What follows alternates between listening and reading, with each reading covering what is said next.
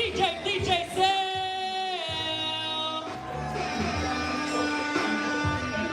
Oh yeah. This looks like the second half, huh? Y'all see they got the lights up? They was just like, hold up, wait a minute. It's about to get dark. We need a little more lights. Y'all can see my whole facial features, huh? It look good on me? Thank you. I'm trying to get a step that in for my children. You didn't hear the poem? Message? No, I'm just joking. No, we about to get this thing started. I know y'all been having a good time. I know y'all got y'all some good wine. Now it's time to get into the second half of this beautiful show. And we have a second half for you, baby. Are y'all ready for the first goddess coming to the stage? Say yeah. This woman right now is not only high off her birthday, so we're gonna give her that birthday energy, but she's also high off a fresh, new, brand new engagement, baby. Black love in the building. Okay, I need y'all to start clapping y'all hands. I need y'all to start raising the energy for the one, the only, just Dria.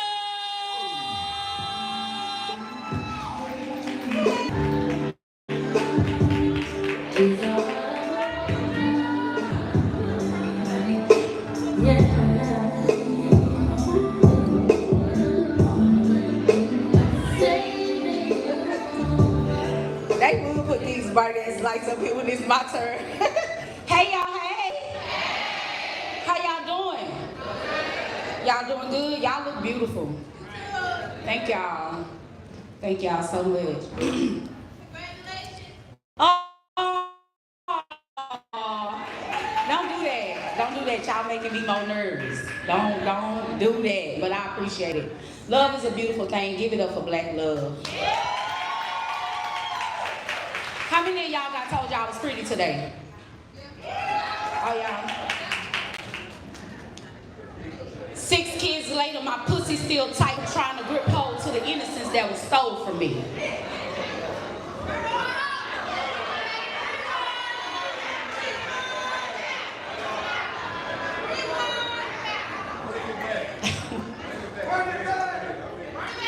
6 kids later, my pussy still tight from trying to grip hold to the innocence that was stole from me. You see, compliments don't come free. Because all my life, I've been told I was pretty. The actions that followed always turned ugly, so excuse me. This man at the family gathering said I was pretty. Said that when I got older, I would have men falling in my dimples, and the family laughed and agreed. He told me to sit on his lap so that he could get a closer view while no one was looking. Alcohol was the culprit that caused everyone to overlook the obvious, and then my auntie said, "Get your fast ass in that house and don't you come back out." And all the people pointed fingers at me and agreed. I was about 9 years old, and that fast word began to irk me as if I was a Winslow. This man at my mama's, he said I was pretty and he couldn't believe I was 12. Told me if I was a little bit older, I would give him hell. Said I had a smile that would one day buy me the world. I smiled. Needless to say, he ruined my world that day. Told me I'd keep quiet if my family mattered. This older man at church, he told me I was gifted, and then gifted me with an envelope in my baby shower, told me I owed him a dinner date. Thought he could usher his way into some pussy on Layaway. I spoke up and was criticized by the congregation, but the audacity me when I was already 16 with a baby. This man in my DM, he said I'm pretty, and he liked to know me better. And when I declined, he felt inclined to tell me how bad built and funny looking I was, as if I gave a fuck. I'd grown used to the misogynist behavior of most men until God sent me a man after his own heart. Until my daddy got active in my life. Until this man told me I was his good thing, said he'd make a wife out of me and show me what admiration. This girl in the mirror, she told me I was beautiful. She said that I beheld beauty in my eyes and I didn't need a man for clarification. You see, validation is for parking. So to my younger self, I apologize for not being able to protect you, but I'm grateful it built us and didn't break us. The fact of the matter is, pretty hurts. Poem.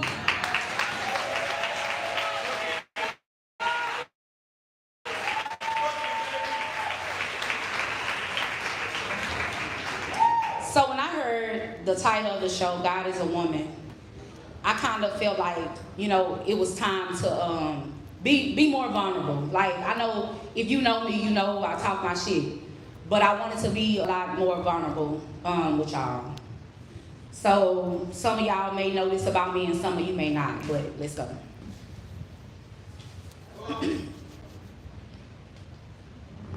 Here I stand, a woman, a mother that felt like razor blades against my skin. I stand in front of you fighting for my life, but you don't see the war. You don't feel the sickle cutting through my blood like it's harvesting my strength. You don't see the agony and pain tucked behind my smile, how I swallow my storm so my children appreciate the sunshine. Because what is a mother if not a shield, if not a warrior who fights eternal battles in silence so the world remains peaceful for them? I've rocked my babies to sleep singing lullabies with fire in my veins. The world sees my heart, but not the battlefield beneath it, where my blood is a river of broken promises, where each cell is a crescent blade of disappointment, disdain with no, not today. I just can't, even though I tried today, I don't get to be tired today. I'm a wife. I love. I laugh. I lean into his arms even when my own strength is fading. But most nights I feel like a soldier trapped in a war I never chose. My blood, a traitor. My bones, a battlefield. My eyes cry for my veins to cease fire. Then with no warning, no mercy, pain clenches my ribs in a vice. Twists my joints until they forget what it means to move freely. My breathing becomes a casualty. He can't see how I bite back tears, so he won't worry more than he already does. I am more than this dis-ease. I'm his peace when the world is loud, his safe space. But there's no bunker for me to hide from the pain inside. Treading through life while my feet feel like I'm walking on landmines. Each step, a crack. Each stride is strife. Each stride is strife. This sickle cell may try to claim me, but it can't take my vow. It can't take the way I rise night after night, morning after morning. I'll continue to rise for them because love is my armor. And this battle doesn't get to win. Poem.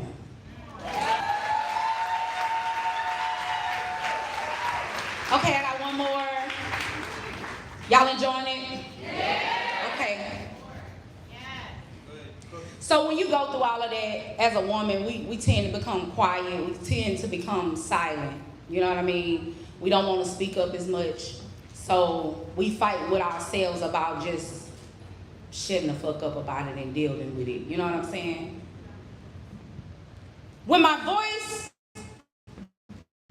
goes reticent, it'll be because my words have fallen up on deaf ears yet again.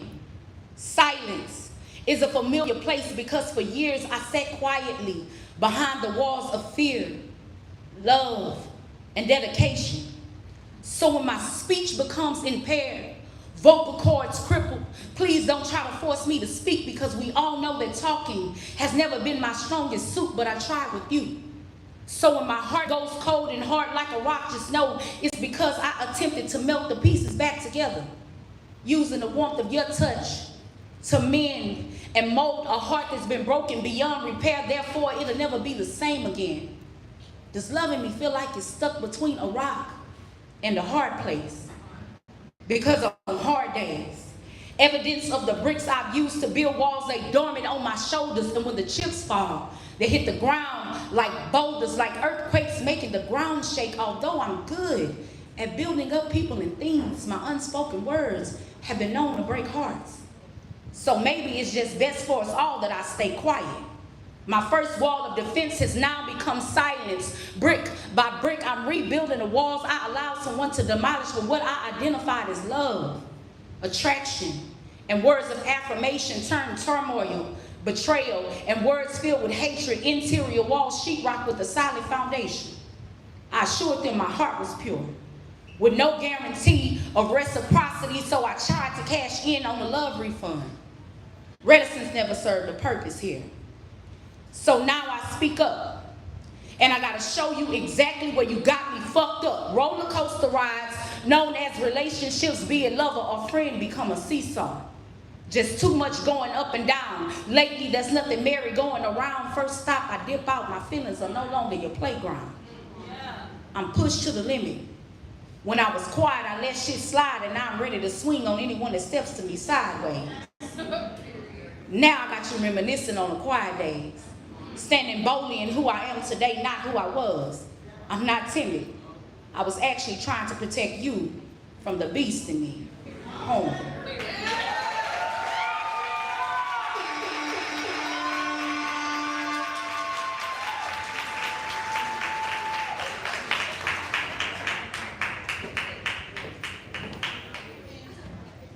DJ, where you at? Come on, DJ. Oh yeah, come say on Instagram, just Drika. I want to make sure she say it the way she want. You know what I'm saying?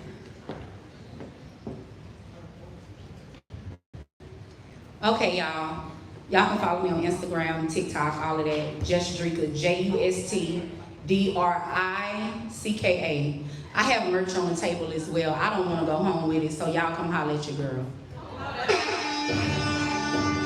We ain't letting nobody go home with nothing tonight. I do have merch too, but mine are paintings. I forgot to share that. I got the next. Boom. Larry Hoover. Hey. Hey. Under. Right. Right. Woo. Nah, I ain't none of them niggas. Why? Because God is. Yeah, I think I'm me. That's about it. You know what I'm talking about? Y'all give it up one more time for Just Drika.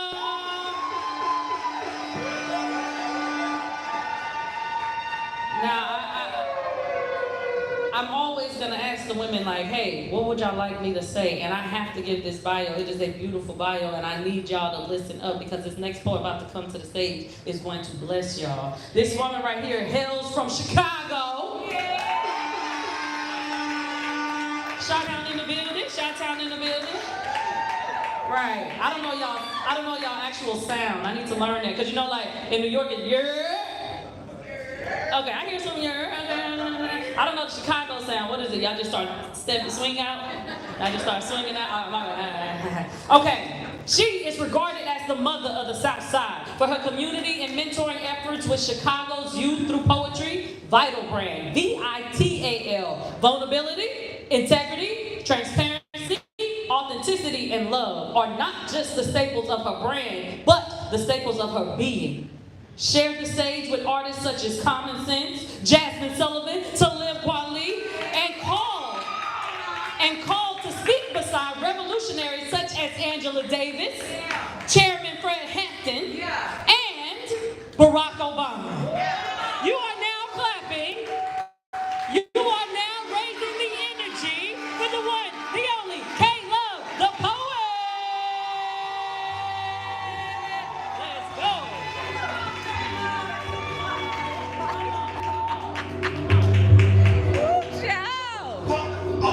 She read that bio like, Dria, can we clap it up for the bio reader? Make some noise. Hey y'all. I am so honored and grateful to be on this stage. Hey y'all. I would be remiss if I didn't start off by thanking Kira J. Can we make some noise for Kira J? Wherever she is in the building, I think it's important. Where you at? Where you at? Okay, I can't see you. The light's stopping you. But I think it's important to say you are an amazing woman, an amazing poet. And what I know is, if you didn't put any other names on this bill, this place still would have been filled to capacity. So I want to express my gratitude for you being woman enough, gracious enough to share your platform with me. I don't take that lightly. I humbly respect you and appreciate you for that. Clap it up for this woman that's made it in the game. Period. Before we do anything, hey y'all! I bring you greetings from the south side of Chicago. Make some noise for my city. And if you know anybody from Chicago, even when they live somewhere else for a couple of years, they don't never say that place. I actually live in Baltimore right now, but I'm still from the south side of Chicago, like I said. Period. We're Jolie in the building. All that count as Chicago too. You know, we be claiming all those cities, but I'm so happy to be here, so happy to be amongst all of these beautiful women. I ain't gonna belabor the point. I'm gonna say some poetry for y'all. Is that all right? Is that all right? Yeah. All right, so I be like, is my ladies in the building? Yeah. Y'all ain't loud enough. Is my ladies in the building? So I be like, watch me work. I be like, watch me work. I show you why they call me Mother Earth. I'm down it in the ground you stand on. I'm hands-on hips, quick with it, come equipped with it when I ship with it, but I never clock out. I rock out, better than your trap house, better ask about she, the thrift store shopping, show stopping, nation building, womb healing, warm filling with the warm filling Susie Q. I'm such a fucking lady raising your babies and your IQ. Here's a haiku, you know, like 575. Amen be amen. But it's kind of funny because Ashe be us she. Praise be to the Most High. I see the humor. Laughing, rumor has it, I'll pull your tailcoat on some other shit. I mothership, I raised you little sailboats. And you can't skip a skipper. I'm zero no higher. The angels carry my cloud. Dudes want to marry my cloud. They yearning for my learning, my aura burning, so I shoot the flame at them. I came at them thorough, because I'm standing on the shoulders of Margaret Burrow. Only a true lion can tame her. Fannie Lou Hamer.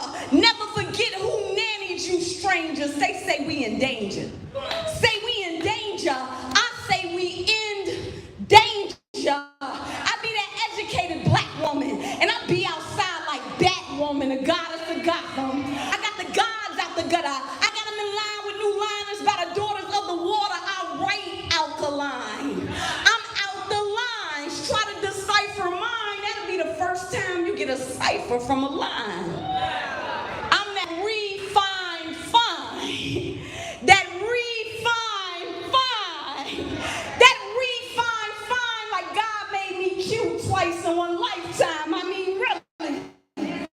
What's life without a black woman's lifeline? I manifest, and I'm fresh. No need to check Fashion Week, because I'm Fashion the Week. No need to see who wore it best. I got that Nzinga demeanor. I'm war at best. I'm worth the struggle it is to keep me. I'm going to say that shit again. I'm worth the struggle it is to keep me. I'm going to say it loud enough so my husband in Baltimore can hear me. Listen. I said I'm worth the struggle it is to keep me. I'm feeling sweetly. I go against the grain, but I'm good for you. Eat me. I'm food for thought. And look what I brought. All these tools and all these jewels. All these jewels. I fed all these dudes off all these food. We having miracles for dinner. I'm the restore sinners. I'm inviting and I'm vitamin like a vitamin with an echinacea, chaser, Jackie, sir, joiner, truth, diva, best believe I'm something like a Kathleen Cleaver. See these dudes on the block. Y'all want me to tell y'all about the dudes on the block? See these dudes on the block, they thought I was a thought. I said, I think not, I'm Nefertiti, sweetie. I'm a good catch, but your net too teeny. I told him, no, baby, I'm Asada and Afeni Shakurin. Even before that, I mothered more than half of your 4-pack. Now, I'm going to run it back. I said I'm Asada, right?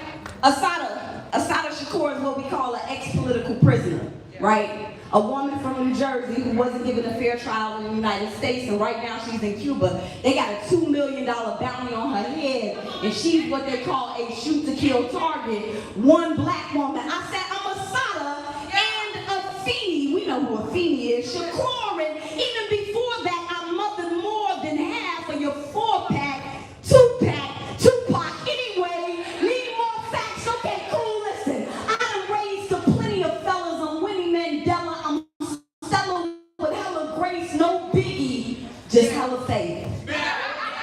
No one can take my place. I own it, period. I'm on it. No one can take my place. I own it, my period. I'm on it. Somebody say true story. So I'll be like, give me my space. Tom, I was your first friend. Before your matter even mattered, you on some black woman's bladder. So why you mad at her? I'll be like, give me a hug. Man, I'm Harriet Tub. Man, when you Panthers with just some little cubs. Man, I washed your white socks and put your ass in the tub. Man, where's the love? Man, what's a man's hand without the warmth of a woman's glove? Man, when it's cold, man, y'all sleeping on me, but I'm flyer than the rest. No, for real, y'all sleeping on me, but I'm even flyer than the rest. I'm just that Bessie Cole. Man, watch me work. I show you why they call me Mother Earth. I'm down in the ground. You stand on my hands on, standing with my hands on hips.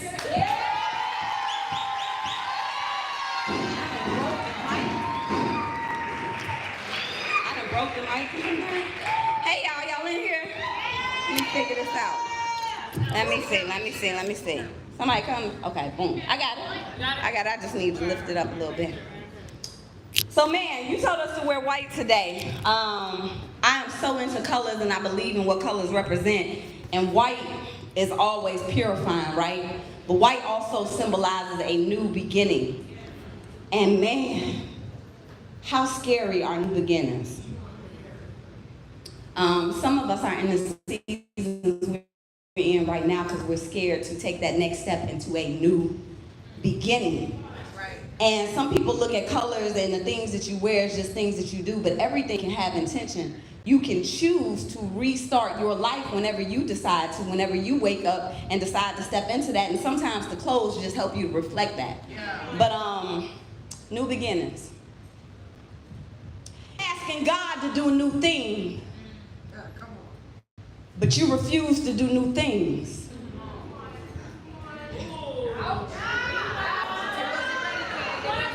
We're gonna go back. Mm-hmm. You keep asking God to do a new thing, but you refuse to do new things. You keep asking God to send a new king or queen, but you refuse to awake as a new king or queen. Who knew, king or queen, that the life will cost you the one you live in currently. But you don't want that kind of currency. You keep asking God to send a new wave, but you don't want to wave goodbye to the current B, and it don't work like that. See, in order to get your new life, you're going to have to get that first one back. And I know it hurts so bad to be so bold, to release that hold on things that you helped grow. But so, I'm saying, if you could just get a so what in your spirit, then you won't fear it when it ends. Stop getting lost in all you're losing. If you're not happy, that's an illusion that you're in. Yeah. Comfortable confusion, confusing you on your true wins while your true wins are still waiting to begin. But you keep waiting to begin. Nostalgia then called you and you got caught up all over again. And I'll tell you what that kind of lying to do. I'm talking about lying to yourself. It'll have you lying in your mess. It'll have you with your past pacifying you. It'll have you laid up with your last who still ain't supplying you with anything you haven't seen. And I know you keep saying that you're gonna leave, but here's the thing. There's a difference between speaking and acting.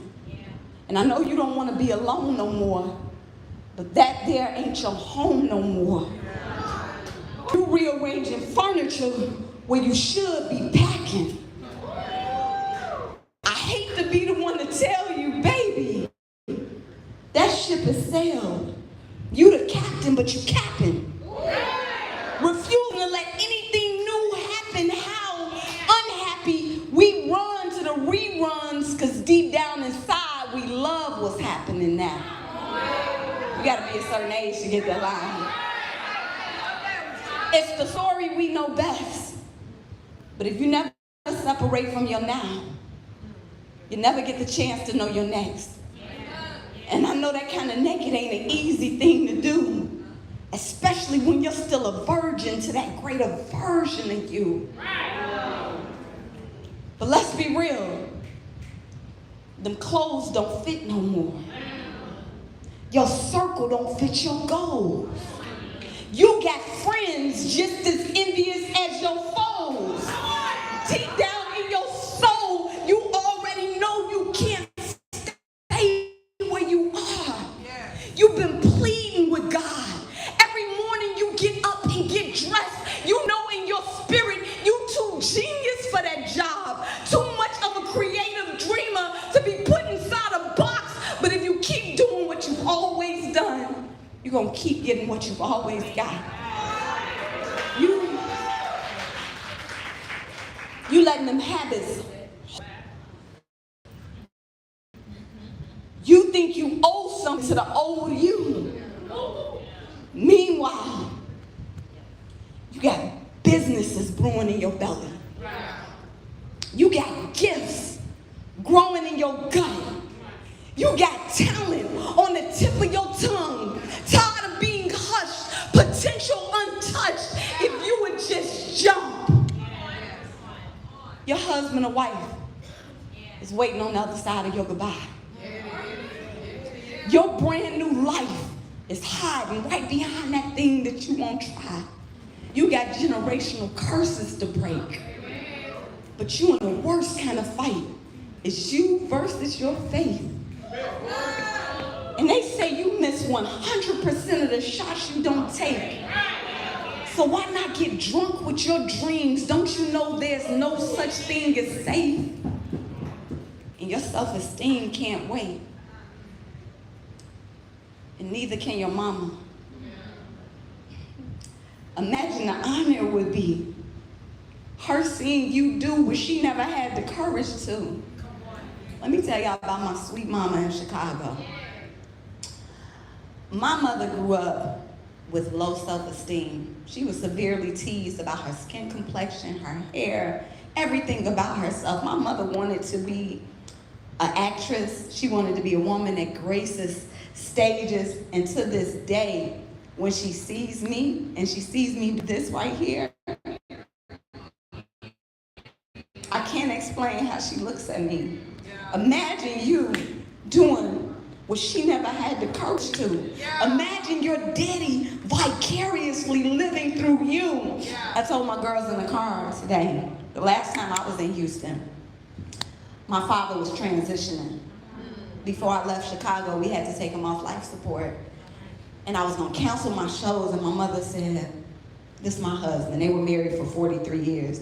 She said, this is my husband, I got him. You can't do nothing for your daddy right here. I'm gonna see him all the way through, but this is your turn to live your life. So you go do your shows. And I came down here and I was able to collapse and breathe on the stage. But my father was a musician at heart, an artist. He had an opportunity to go play music in Singapore, but he chose to work a 9 to 5 so that he could take care of his family. But he never lost that passion for art. And he made songs and made music. To describe to you what my father looked like when he saw me do this, he wanted his music to be heard all over the world, and I am his greatest song. Imagine your daddy living vicariously through you. Imagine you being everything that your grandma always prayed for. Imagine you changing your whole family's course by simply stepping into what you were made for. Only you can do it, Queen. Only you can do it. King, I want you to get this word deep down in your spirit. Isaiah 43:19, behold, I will do a new thing. Do something new.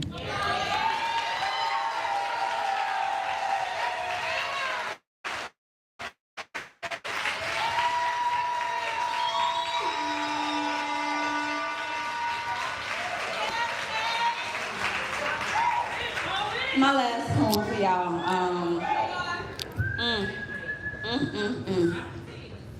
So before you get to the place of doing something new, you have to acknowledge that you're in the valley right now.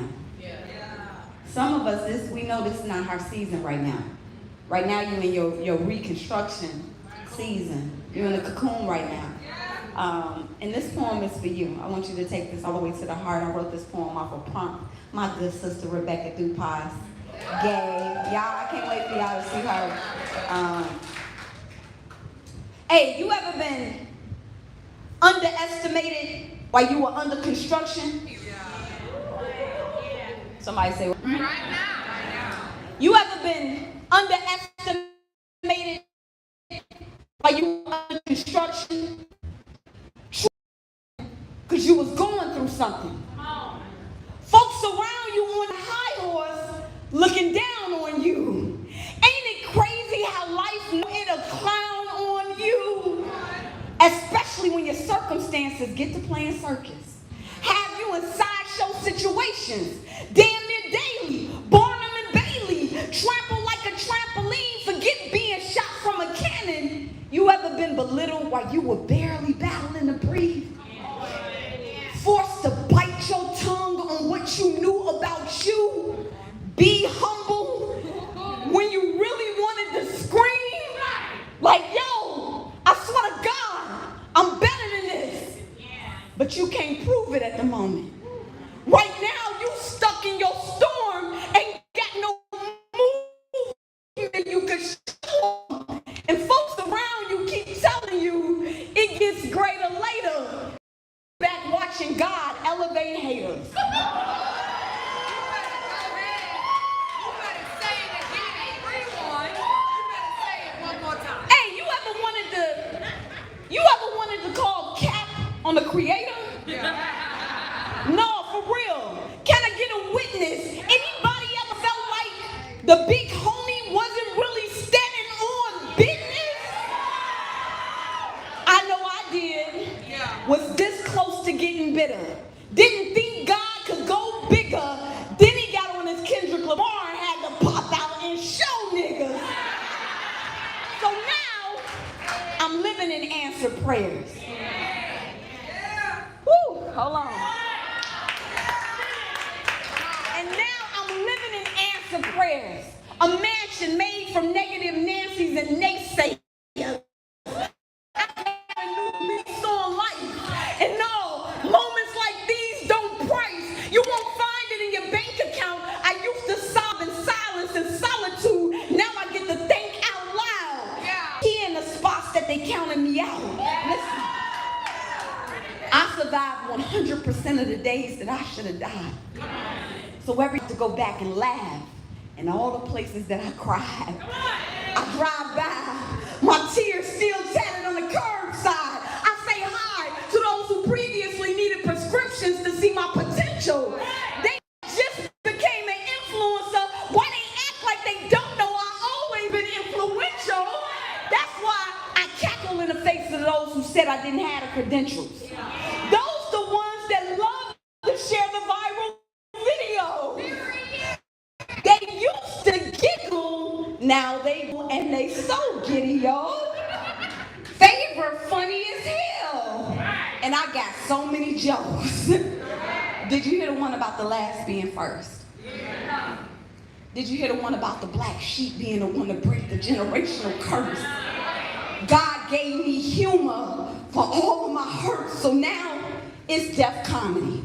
And all the spots that turn me. I like to laugh like I'm watching Richard Pryor and all of the liars who never thought this little David would slay a Goliath. Come on. I know y'all got some stories to tell. So get on your David Chappelle for anywhere that a tear fell.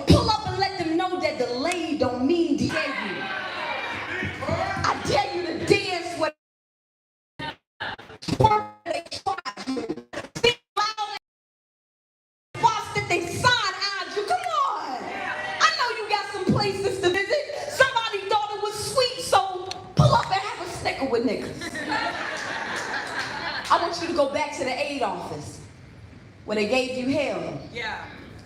Go back to that courtroom where they denied the bail. Go sit in the parking lot of all jobs you didn't get. The low-income housing where you struggled to pay your rent. Yeah. Go back to the failed marriages.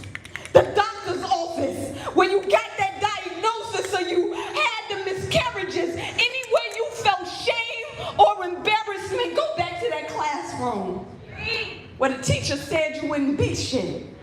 They couldn't reach you. Go back to those one-sided relationships and friendships where they never saw you as equal.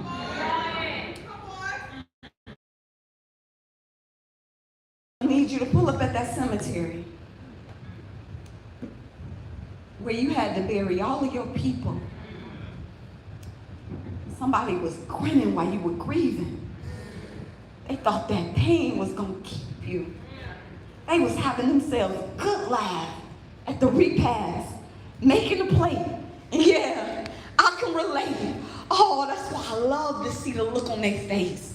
When they see a sister smothered in grace, I tell them, this my grit and gall era. They appalled that I'm still living because they thought they would be my pallbearers. They were plotting my grave, but glory got in the way. Yeah, they was laughing back then. But look who's laughing today. Laugh in all the places that you cried. My name is Cale the Poet. I am so grateful, so humble. Thank you.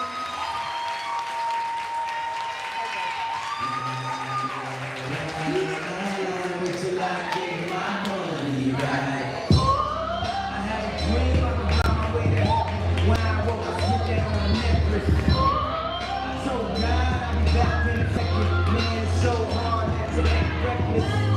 The whole much is giving, much is tested. Get arrested, guess until he gets the message. I feel the pressure under more scrutiny. And what I do? Act more stupid. No, we don't. Because we going to act different so we can get that difference. Did y'all not hear the message? She gave a message. I don't know what y'all feeling in y'all spirit right now, but right now, I have changed myself in so many ways, but it just made me want to change myself even more and see a whole bigger evolution in myself. Y'all give it up again for Cale.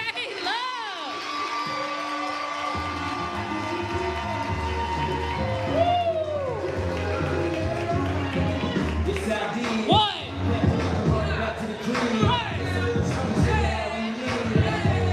But it ain't that serious. That's that shit. Look, I don't know about y'all, but somewhere in the middle of her set, I was like, we need an organ. I was about to catch the Holy Smoking in there, girl. Oh my goodness. A word was said. Can I get one more hand clap for that word that was said? I know y'all heard me on the side saying, well, I get it honest. My daddy is a pastor. Yes, I am a PK. So that well comes out like naturally. I be like, oh, that touched my whole spirit. Baby, you are anointed, set apart for a purpose, and you know it. And you grow it. And you have shown us from where you came from and showing us where you're going and showing us how you did it. You gave us a whole set, baby, in 15 minutes, and that was so beautiful. I just had to give her flowers right quick, y'all, because she touched my soul. I was like, bitch, hold up, I got makeup. Wait, I got makeup on. Stop making me cry. Woo! All right. Are y'all ready for the next poet coming to the station? Yeah. Well, y'all are already clapping for a queen coming all the way from Cleveland, the one, the only, Flla, baby. Yeah. Cleveland in the house, Cleveland in the house, yeah.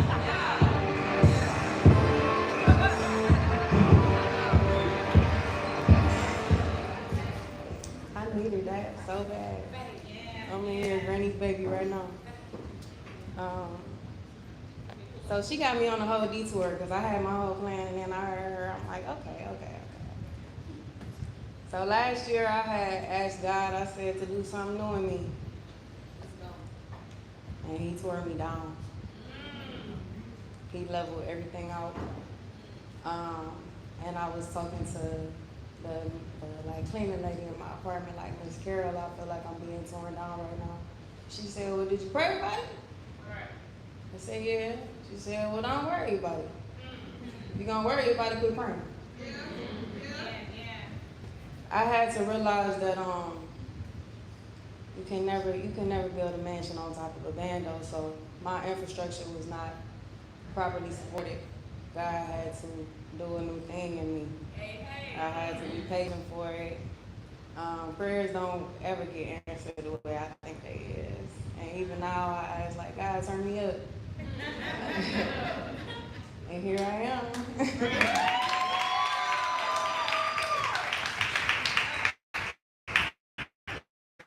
So, behind every single person that has the 5-day eyes, it's 116 people behind them saying that they wouldn't.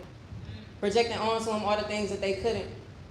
Never question their own limits or their own way of living, just a life defined by their didn'ts. And even I was labeled and stereotyped as a stigma. Being called down to the blue-eyed vice principal's office so he could tell me him and his colleagues ain't want to see me turn out like just another nigga. And don't get pregnant.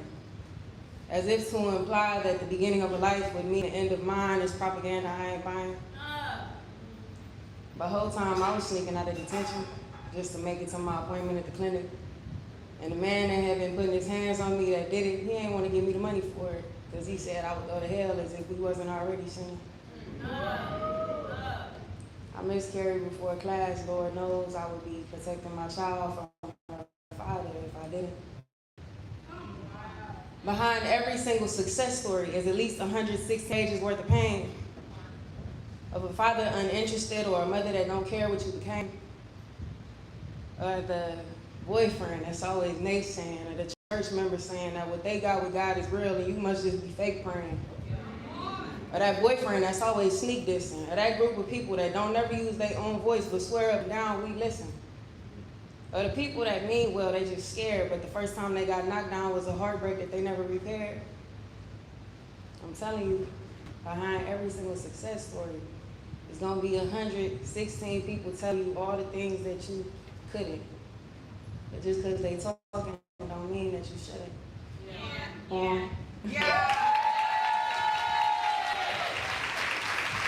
Okay, man. I ain't gonna lie, y'all look, if anybody familiar with me, y'all look a lot different from the steering wheel. It's a lot different from the windshield. I'm nervous. But you got it, so I'm a hopeful romantic. And it's just some things I don't think I'm gonna ever be able to understand. Dude the other day told me, hey, you the type of girl that guys put rings on and babies in. Dude the other day told me, you the type of girl that guys put rings on and babies in. Maybe it's cause I ain't gonna turn my head just cause somebody whipping a Mercedes Benz, or maybe it's cause can't no dude keep me out late just because the latest is what he's in. I'm meant to be appreciated beyond what I can physically do. And this ain't no image thing, I'm good for your soul and even better at understanding you. You sitting on a gold mine, you should get the digging and watch me bring out the better man in you. Unexpectedly, I caught your eye, you caught my vibe, and now here we are making plans on things that we never planned to do. What are you doing in the middle of chilling? You realize that you're chilling with the rest of your life. You can't look her in her eye straight because you're starting to see what the rest of your future look like. You try to go to sleep and you dream about her in colors that don't even exist. You can't think straight no more, and you damn sure can't get the taste of her name up off your lips. It's something you're not used to. It's an energy you can't describe. It's a feeling you can't find nowhere else, and it's a vibe you can't deny. You ain't want to fall in love, but now I look at you head first diving. Seatbelt buckle, passenger side, down to ride as long as she the one that's driving. Now you're dreaming about her, but your eyes are wide open. She's breaking down the walls that you built, and somehow that makes you just a little less broken. She teaches you. She uplifts you in prayer. You have to protect her. You know that she's rare. She's the thought inside your thoughts. She's the inception of your dreams. She's the royalty of loyalty. She the one that crowns you king. She walks as if each step is kissing the earth. She puts your pain up on her back and she carry it like she ain't never been hurt. She is the embodiment of strength. She is art that lives and breathes. She's a heart in human form, and she don't never skip a beat. The way she moves is music. The way she speaks is art. She hears you in your silence. She cradles the piece of art. She's in tune with herself, so that makes her the perfect instrument to your healing. And yeah, you might be tough to the rest of the world, but her, she knows your deepest feelings. She keeps you in the proper frame of mind so that you always see the bigger picture, and no matter how lost in the sauce or mixed up in this world you might feel, she knows the ingredients to your specific mixture. She's the answer to all your questions. She's the reassurance to your doubt. She's the missing piece to your peace. She's what love songs are all about. She reminds you of everything that you are, everything that you have always been. I think that's what Buddy was trying to say when he said, hey, you the type of girl that guys put rings on their babies in.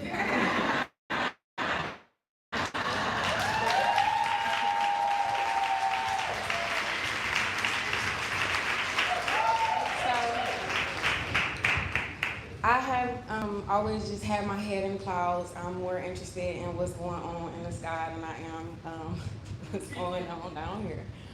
And the physicality of love, it's not completing to me, so that's what this poem is about. They say that love is blind, so could you love me with your eyes closed? Could you see things in me that your eyes don't? Could you tune out my physique to let my soul speak? Could you listen without your ears? Could you see me without your eyes? Could you feel me from a distance? Could you undress my aura? Could you make love to my soul? Could you get a taste of my interest and watch my intellect glow? Could you arouse me in ways that your hands just won't? I mean, could you love me with your eyes closed? Could you love me with the vision of your own intuition in a way that makes your soul show? Could you put your mind inside of mine to make me know things that my reality don't show? Could you breathe in my energy, resulting in ecstasy, resulting in euphoria? Could you make my mental capacity overflow? You know my imagination is notorious. Could you send my mind running in a race that just won't end? Could you make it run laps so that I just keep having to pass the thought of you again? Could you awaken my senses? Could you impress me with more than things like Rollies and Benzes? Could you help me find the star from which I was invented? Could you pay homage to the queen that I am on a knee that is bended? I mean, look at me. Could it remind you of the king that you are? The king that bumped his head and has been draped in pauper's clothing ever since then, but nevertheless still a king. You just haven't met him, but baby, please, don't forget him. Could you love me with your eyes closed? With the vision that your mind painted, a vision untainted with that of the physical form. I know the request might seem outside the norm, but let's just see if what they say is true. If love is blind, so look at me without your eyes.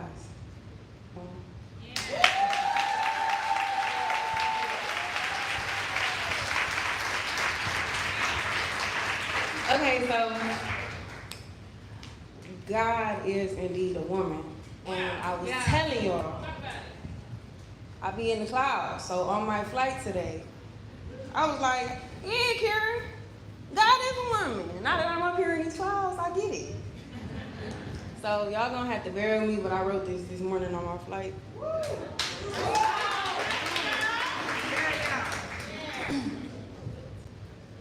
If God was a woman, could you accept her? What would you think if you ever met her? Would you respect her point of view? Pay attention when she spoke? Would you regard her sentiment towards this world, page after page of the wisdom that she wrote? Would you only assess her value off of her ability to comply? Would you realize that relationships are a two-way street and that you understanding her will take time? If you noticed her distance from you, would you take the time out to really seek her? If God was a woman, how do you think you would treat her?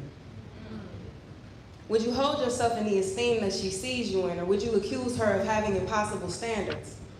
Could you stand in a room full of temptation and focus on the only one that really matters?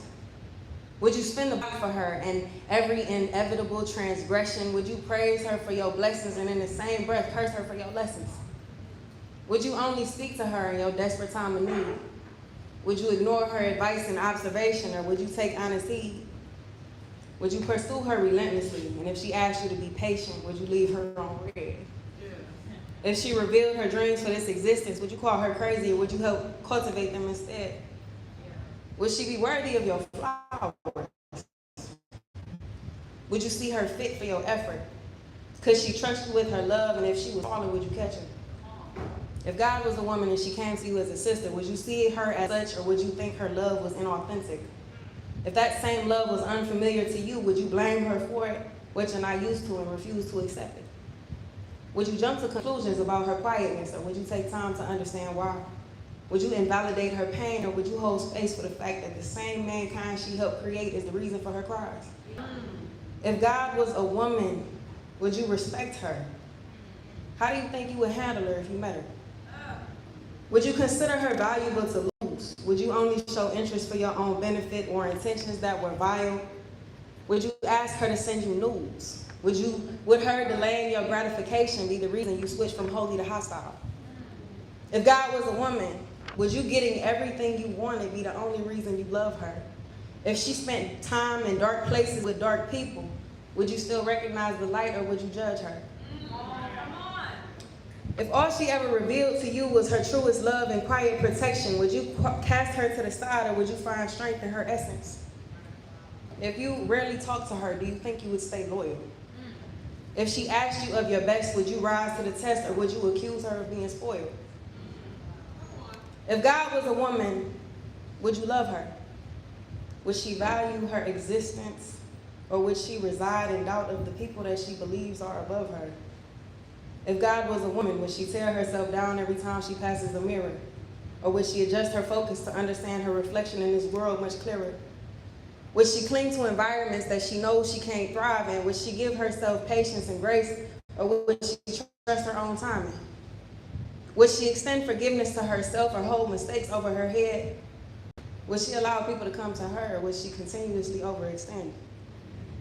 If God was a woman, do you think she would truly understand her power? Do you think she would act like she had something to prove? If she saw mountains ahead, do you think that she really would believe that she could move? Would she ever feel disappointed and still choose to move with love?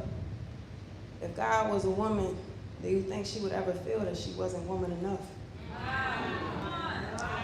If God was a woman, do you think you could accept her?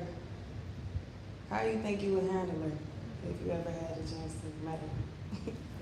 Come on.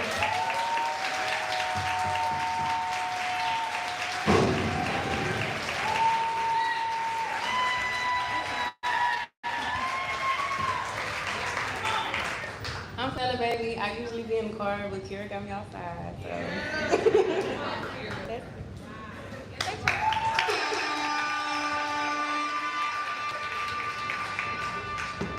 You can follow me on Instagram, TikTok. I'm Flla, baby. So. Right. Right now, let me pull up a list. Y'all give it for Flla, baby.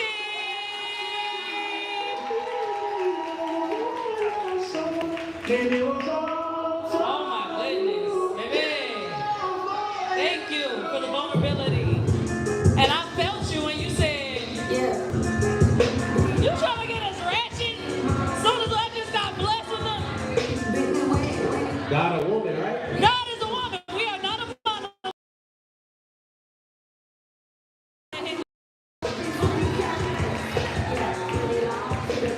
Oh, thank you, Nikki. Y'all give it up for Nikki. She is the organizer, the one over operations here at CCN. Yes, baby, that is Jasmine right-hand woman, okay? Oh my goodness, thank you so much again for being vulnerable. After he just got me ratchet, I'm over here, thank you for being vulnerable. Thank you for giving us your soul and space. Big mama, I was like, oh, man, I wasn't ready for that one. Okay. Okay. Y'all, I told y'all this second half is fire. Y'all loving this second half, say yeah. Yeah. Are y'all ready for the next artist? Say hell yeah. Hell yeah. Okay, look. This woman right here performed her first poem at the age of 18, and by her early 20s co-hosted what was then the longest running weekly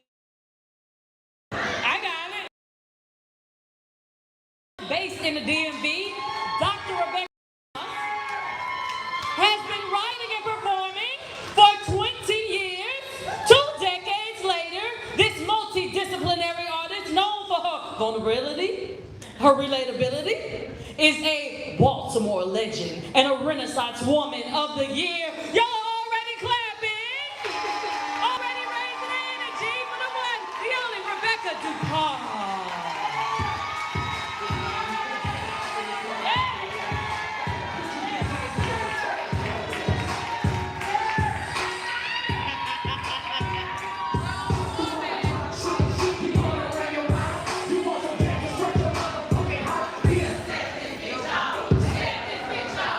I'm on my best behavior, my daddy in here. Yes, I love you, Kay. Kay already said everything that needed to be said. But I just want to reiterate, thank you so much for sharing your space with us. You didn't have to. Yeah, you didn't have to, but you did, and it says a lot about you. But not only that, you flew us out here. Like, we gotta put our hands together for a black woman buying plane tickets for everybody that you've seen on this stage, making sure we were straight, setting us up in the hotel, okay? Getting the Airbnb, like, come through, we got a pool. So this ain't no little rinky-dinky situation, you feel me? So thank you for showing us how it's done. Kira is younger than me, but I look up to you in many ways. You are really doing your thing, and I love that for you, so congratulations. The other thing that I need to do before I get started, my family is deep in here. They 3 rows in here. So shout out to my aunties and my cousins, my daddy, the cousins I just met. By inviting me here, Kira, it's a family reunion. I was born in Louisiana. I've never performed in Louisiana, so this is the first time my aunties and my dad seeing me perform, so thank you. So certainly I feel the love. I appreciate having a circle, having a village. And because I know what it feels like to be held down, I'm also able to think about what it means not to have that. And so I want to start with a poem called Breaking Up with Women. When I wrote this poem, I was thinking about how as a woman, we become accustomed to dealing with breakups with men, but nobody prepares us for breaking up with women. And that is a different kind of pain and a deep kind of pain. So the thought in my head when I wrote this is, you know, how do you feel good about yourself when you can't even keep a woman? And that's some heavy things to think about, you know what I mean? So anyway, breaking up with women. We talk a lot about women breaking up, but women are actually more likely to break up with their female friends and less likely to make amends with the women that they call homegirls and sisters. Yeah. I'm talking seasons that end in hurricanes and twisters, brainstorms that spiral into these narratives we script without the other woman's permission. Yeah. Envy and competition that rain down and drown out the possibility of a changed position. Can you imagine the damage that we do? The messages that we send to women about their value when we don't try to fix friendships that are actually salvageable. Because how many of you gonna be so close, hit one bump in the road, and then there's no follow-up for the thing that troubled us? Just departure without conversation. I took too long to call, and now you're too irritated to do an investigation. Without exaggeration, I've been ghosted by more women than men. And I guess we just decided we was gonna take that to the grave, much too prideful to admit our mistakes. Ain't nobody asking if the other person is okay. Yeah. No one there to say, sis, I haven't heard from you. Why haven't you called? Instead, when relationships stall, we ball. We dip out after one wrong, or maybe a couple that ain't nobody speak on. And I'm not gonna paint myself as a hero in this poem. I've definitely been quick to move on. I'm talking blue skies the next morning. Yeah. No funeral for the friendship that I'm actually mourning. I just add sis to the list of the few. I have to look at it and be like, okay, bye boo. Yeah. I guess the season is through. But that makes me a hypocrite. Because you're looking at a woman who dated her ex multiple times before calling it the quits. Yeah. And some of y'all be breaking up with men and then trying to be their friend. Oh, but let a woman burn a bridge, we dare her to even look in our direction again. And it's not just because for some of us men are pleasing our bodies, it's because we live in a society that practices misogyny, so a woman's worth is tied to how well she meets our needs. And as soon as things get complicated, we leave. We out here dropping girlfriends like flies and then reconnecting with the same men who damn near ruin our lives. You can stop me when I start to tell a lie. But I'm not telling you to take all your old friendships off the shelf or to reconnect with every sister after things go left. Some of those women deserve to be out of your life and a problem for somebody else, but promise, the next time things between you and your homegirl get awkward, the next time your sister does something that you find unbecoming, promise, a conversation will ensue, and you will fight for that woman the same way you want someone's son to fight for you.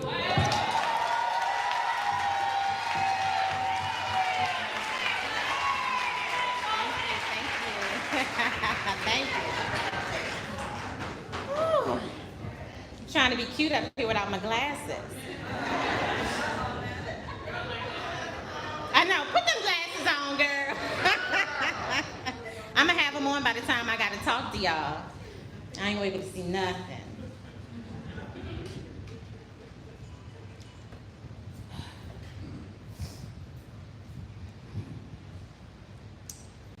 This next piece is entitled, I be so proper with it, my poems are entitled.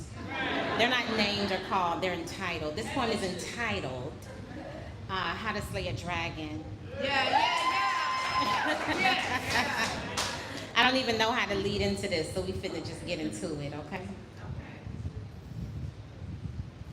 Recently, I slayed a dragon. It wasn't a fairy tale though, let me tell you what happened. So imagine me at a coffee shop relaxing. A woman walked up to me, similar build, cute fashion. In hindsight, she didn't ask for the seat, she just put her hand on the chair across from me. And I mistook arrogance for curiosity. Some smirks really do be looking like smiles. And the stranger hadn't been that forward in a while, it threw me off. I was like, sure, why not? There were plenty of seats around. I didn't know why she wanted this particular spot. She sat and she asked, so what do you do? I said, hi, how are you? I'm a poet. In fact, before you walked over, I was getting ready for a set I have tonight. I got a feature at a dope spot in the city. She said, how long you been doing poetry? I said, many years, more than 20. But when I caught her expression, my smile started to fade. She said, more than 2 decades and you still performing around the way? I at least thought you'd been on Broadway or a national stage. My nostrils flared. I shifted in my seat. I adjusted my glasses. I said, what you say to me? She said, I'm just saying, more than 20 years should probably bring you fame. I said, well, the fact that I'm still in demand leaves me amazed. I'm grateful. Come on. I looked at sis again, no scales, no sharp talons, but she had a little smoke on her tongue. She was hateful. She said, how old are you? I took a long look around the room. I was hinting at sis to go on and move. Try not to be rude. I said, I'm in my early 40s. She said, true, I don't see no ring. I said, no, baby girl, not yet. She said, so you ain't meet nobody who wanted to take you off the market? I said, well, of the few men that I dated, there was one I thought I would be with for life, but it didn't work out that way. She said, another independent woman who can't find her Mr. Right. I said, sis, you want to fight? But she laughed at my offense. Instead of falling back, she leaned in. She said, you sitting here like you ain't got no friends. At least tell me you got some kids. I said, I don't have time for this. My life is beautiful the way that it is. She said, oh, you one of them. I said, one of who, friend? She said, the type to meet a grim reality with toxic positivity. You sitting there like you never wanted to be mommy or wifey. I said, you're talking to a woman who has radical acceptance for whatever God has for me. Honestly, I'm at peace. And then I remembered I didn't have to be in this woman's vicinity. I started to gather my things up quickly. I said, for the record, I didn't enjoy your company. But since you forced yourself upon me, the least you can do is tell me your name. Sis gonna say same. I said, same as what, girl? Stop playing. She said, same as the woman that I'm talking to, boo. She said, sis, I'm you. I'm the dark corners of your brain. I give voice to what your subconscious be saying. She said, you met a lot of hurt people who wanted you to feel the same. You used to tune them out, but now in the quiet corners of your day, you start to regurgitate all the negative things they used to throw your way. She said, look around, sis, I'm not even here. But I'm glad that you can hear your inner voice really is that rude. You need to get to therapy and get them people's opinions up off of you. Yeah. Because I know your life is beautiful, but the question is, do you? She said, right now you sounding like your own biggest hater. And I just needed you to know that until you let their opinions of you go, you are the only dragon that needs slaying.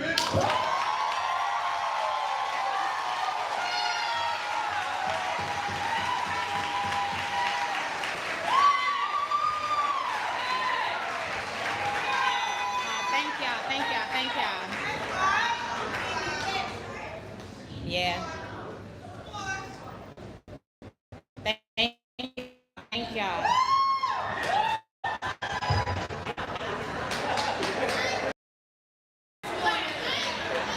And they dirty. Thank you. And they dirty. Last poem. I had this whole plan about how I was going to be leading, you know, banter into every poem. I was practicing in the mirror. Now I'm like, next poem is, you know, the reality. The plan, the reality. I'm also excited to get to Miss Kira J. The lady we're all here for. This poem upsets a lot of people. Such is life. But I realized what I know about myself is that I appreciate being checked on. I don't mind checking in, but I appreciate being checked on. It's something about the effort that matters to me. I wrote this poem. I began writing this poem at a light. I was like 2 lights from my home, and this poem came to me. It's called Safe.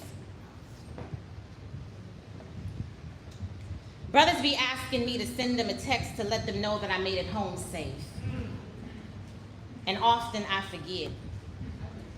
I'm a tad bit independent, not by choice, more so by condition. This goddess complex is not because I want to do things by myself, it's because I hold shit down until somebody tells me I can relax. Not just by gesture, but facts. But brothers love to ask me to send them a text to let them know that I made it home safe. And that sounds like, shorty, take care of yourself, but then send me an update. So I be wanting to say, yo, I'm okay. Go home, settle in like you would any other day, I'm fine.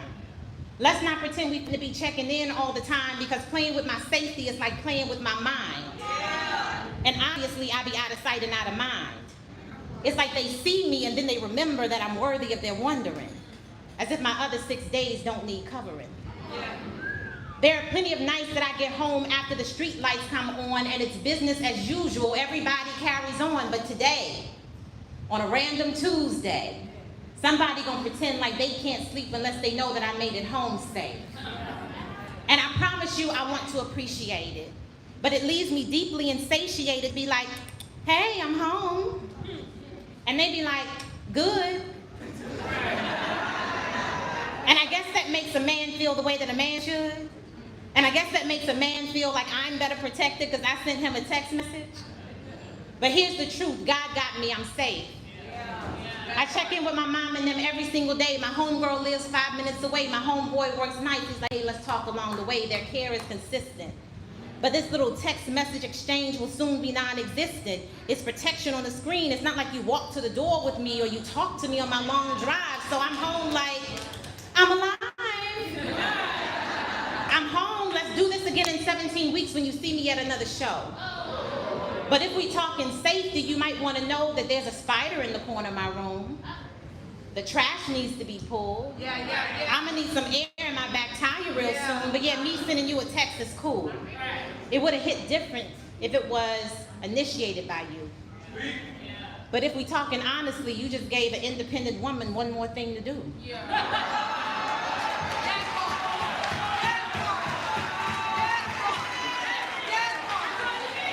So I had to ask myself, Rebecca, why is it that when brothers ask you to send the text, why does a little frustration linger? And I realized it's because they're offering me the kind of care that does not require them to lift a finger. Thank y'all so much. Thank y'all.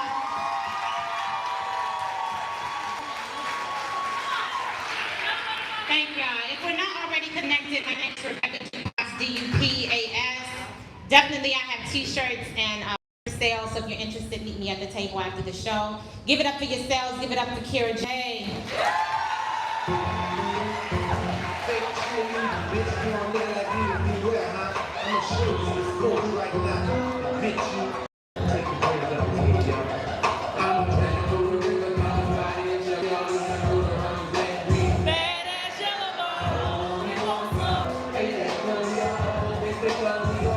Y'all give it up again for Rebecca Dupas!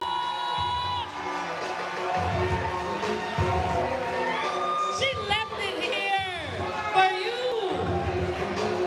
And she said some things that I have to reiterate. She said, Kira flew them out. We're not talking about just a random dude, you know. We're talking about a woman seeing the value in women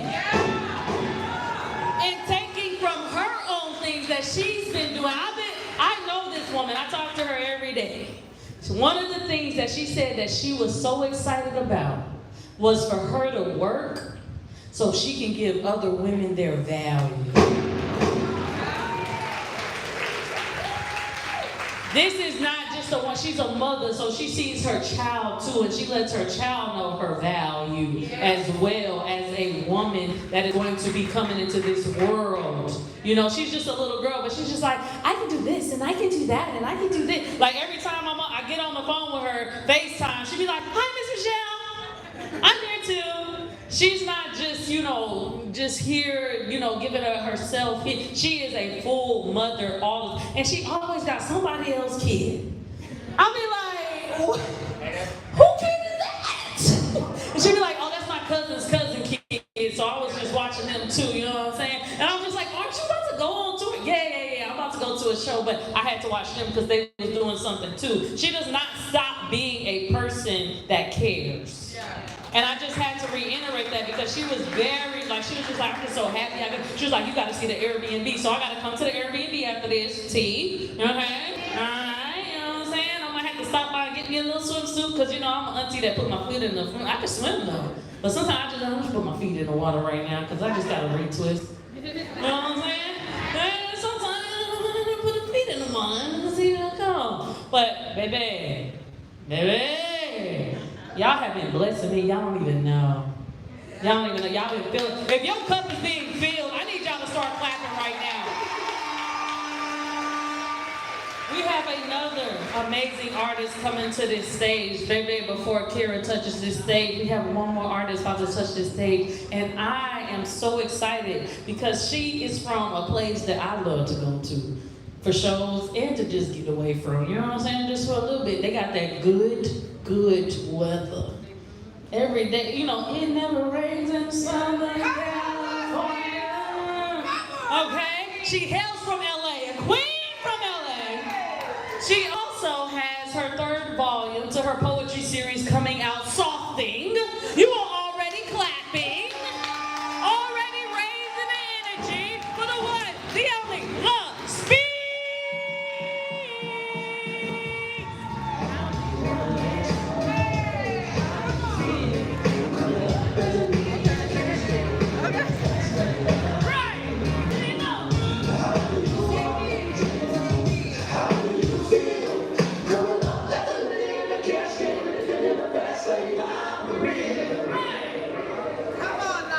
What's up, y'all? Man, first of all, Kira. I'm trying not to get emotional, but thank you. Thank you, okay? I have been blessed by these wonderful, talented, amazing, beautiful women tonight, and I'm just blessed to be able to do what I do, to stand in the room next to y'all, okay? Like she said, I'm from LA, all right? LA, I heard, was one of 2 of the worst cities to date. And by the way, my dating life has been set up, I really believe it's not number 2. All right? Because reject a nigga out there, he might bang on you, y'all. So, you know, I'm from the same city. where the police shot my father 13 times at 21.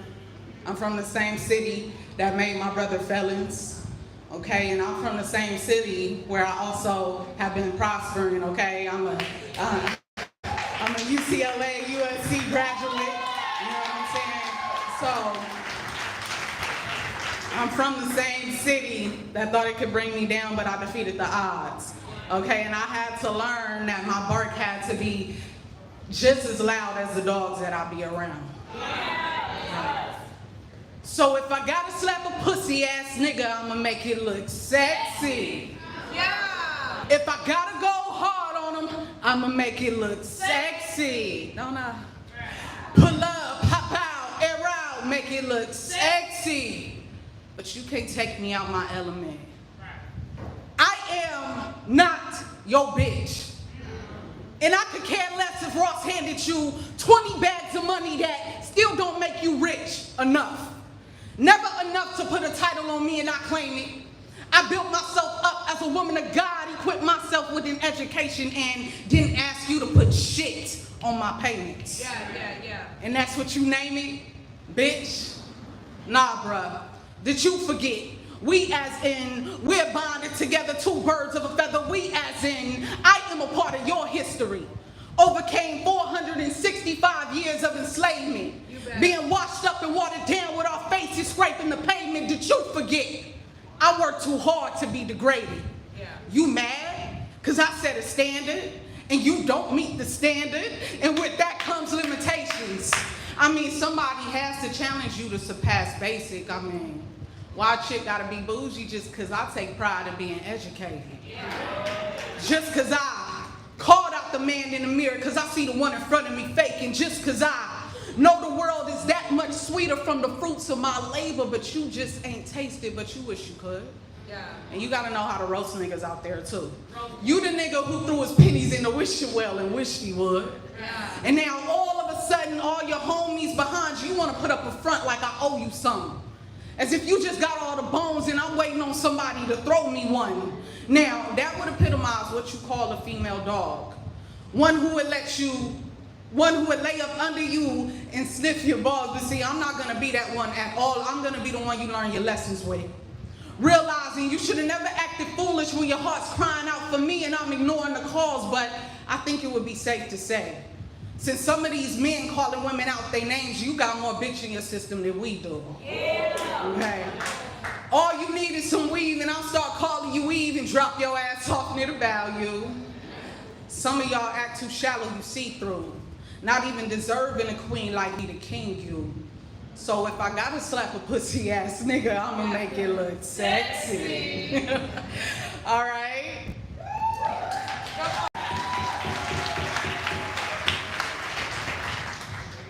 You know, they say you are what you attract a lot of times, right? But the thing is, when you're an attractive person, and I'm talking about like from the soul out, you attract everything. And everyone wants to be attached to your life. You know what I mean? But what I'm trying to do myself is like really work hard at calling the things that I want into my life and really manifesting. Now, I don't know how good I am at manifesting yet because I still ain't got a man yet, but you know, we're gonna get there. We're gonna get there. I got a man in here that don't know he my man yet, but he been my man. Yes, been as in past tense, been as in before, been as in I've been new when he didn't. Which might make some of y'all think that I'm delusional. But I would like to think that this is a safe space here, okay? Because been presented right now, which sets the precedent for our future, and technically, if you wanted to evaluate my sanity for seeing things that aren't quite there yet in the flesh, in the physical sense, call me a prophet. Not crazy, for believing in the way that God taught me to believe. Yeah. By faith and not by sight. Following the gift giving that we like to call this here intuition. And if you got close enough to my stomach to hear it, I hope you don't call me gassy because that's fucking embarrassing. Call me intuitive. So goddamn intuitive. I know old girl couldn't have thought that he was hers because the only way that that would have been possible is if God created two of him and he did it. because he been my man. So much that I think Jay-Z stole the blueprint from him because he been my plan. See, I was told I gotta claim what's mine.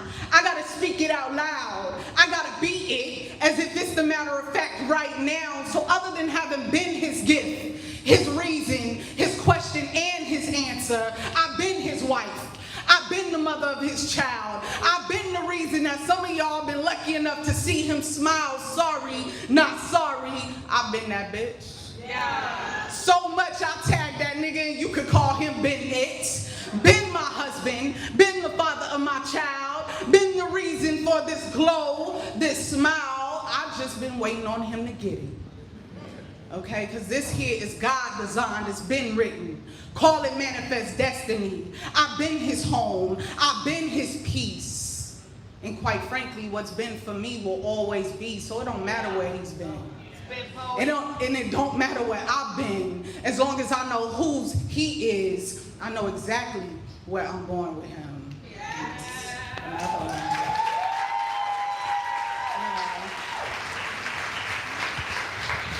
God is a woman. Come on now. Right? And honestly, us women, we carry so much, y'all. We carry so much. And I think it's so important, you know, in a world where they're trying to pin us against each other to compete. I think it's so important when you see your other sisters, you clap for them. You tell them, I see you. Like Kira J told me she sees me. And I'm older than Kira, but again, just like Rebecca said, I look up to you, okay? And I thank you for seeing me, all right? Yeah. Pretty brown girl. Yeah. Pretty brown girl. Why you frown, girl? Is it that everybody trying to put you down, girl? You don't never let them take away your crown, girl. You the one that make this world go round, girl. Pretty brown girl, I'm down, girl. How that sound, girl? It sounds like a masterpiece to me. Could never go down as blasphemy because God sculpted every part of you with a masterpiece. With a little box attached that might make them say, oh, and he call that the masterpiece. Yeah. You can never be duplicated. There's only ever going to be one you to do what you do, so don't ever doubt why you were created. Skin glistening, heavily melanated. So beautiful, yet so many try to humiliate it. So many try to coincide your very existence with that of hatred. But baby girl, you better than that.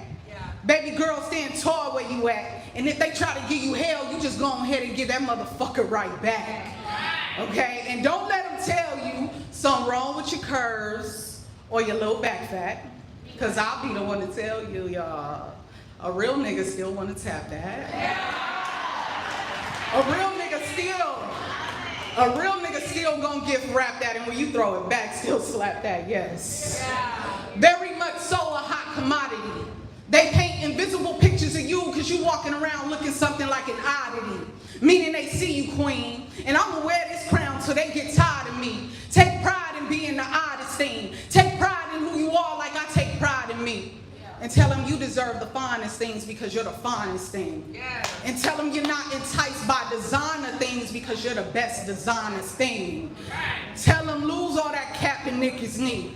Don't give in till you get the ring, but until then, baby girl, press down on your dreams. Know that there's more than video vixens and BET. More than VH1 and MTV. Matter of fact, you know what MTV should mean. You're more to value.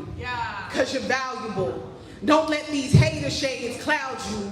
Don't let these reality shows paint you like you a clown boo. Acting lost and now all the wrong things done found you in. All the wrong things astound you in. Like Kendrick said, be humble and sit down, boo. Because if God created one beautiful thing that is you, you better believe he could create two. You better believe he can create something even more beautiful than you. He'll check you like a pay stub. Wake you up without the makeup. Break you down until you're no longer made up. Make you look at the woman in the mirror with your face up. Make you stay gracious. Make you pack light and lose all the baggage that you might have hit the train with. So I ask again, pretty brown girl, why you frown, girl? Is it that everybody trying to put you down, girl? You never let them take away your crown, girl. You the one that make this world go round, girl. Pretty brown girl, I'm down, girl. How that sound, girl? That's that poem for y'all. I have one more for y'all, and we gonna get to the wonderful blessed Kira J. Yeah, just now. And this one is for us to do together.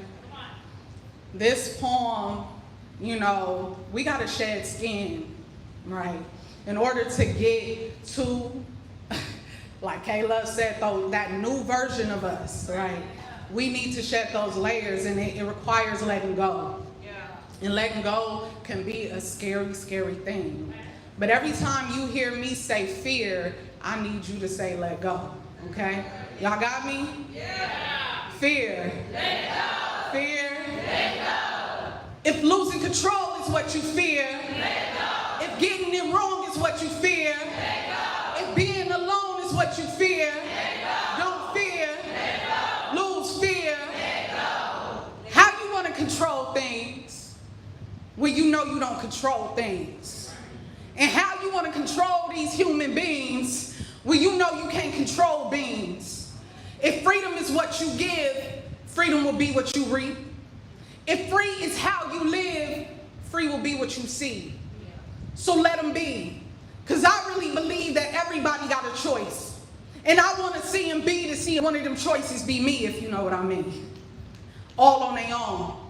I promise it's not a test, but it damn sure don't hurt to know who finds you worth holding on. But I get why you be on control so heavy. Afraid that if you let go, you have to face that you've been let go already. And I know that burn is slow and steady, but have you ever thought giving space and time what's meant for you may come back to you ready? Maybe it will and maybe it won't.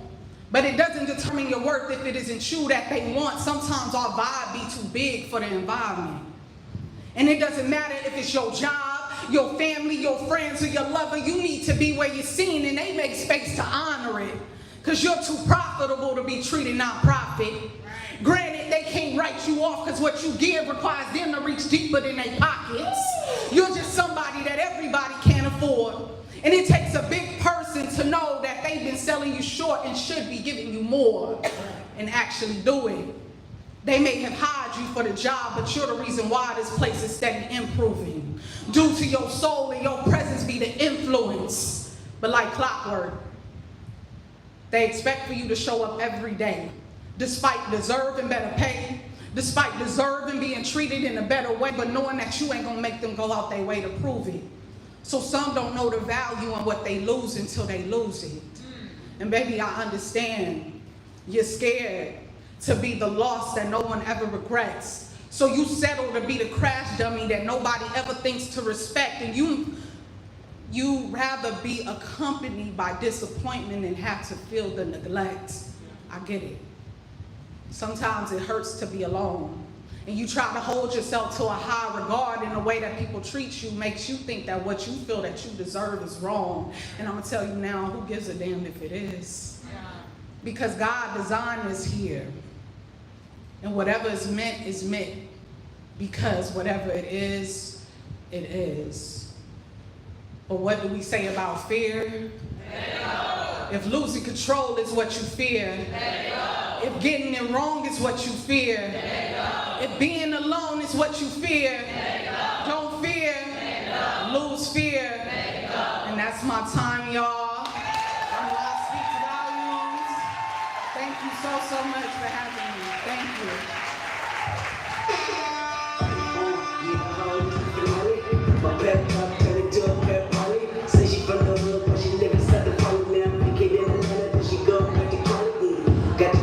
You guys can follow me if you aren't. You can follow me at Flla Speaks Volumes, just like that. Flla Speaks Volumes. Thank you.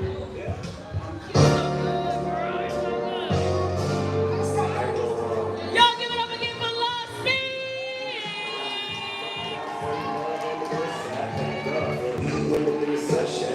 Yeah. Y'all been having a good time, say yeah.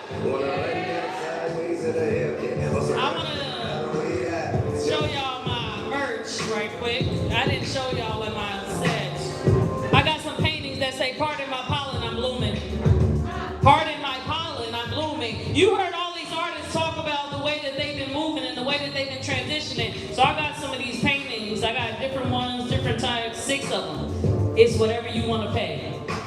I made these paintings for you, part of my Holland I'm Bloom. Alright? I just wanted to share that with y'all. Are y'all ready for our featured artist tonight? Let me hear you say, yeah! Alright, let me talk about this woman right quick, and I'm trying not to cry. This woman has been performing over 20 years. This woman has known she was a poet since she was a child. She understands her purpose since she was a youth. Do you know how much it takes to be like, I already know what I am as a child. Some people don't even know how to do that as an adult. And stand in it for years and years and years before people recognize who they are. I recognized who she was when I went to go see her at wanpoetry.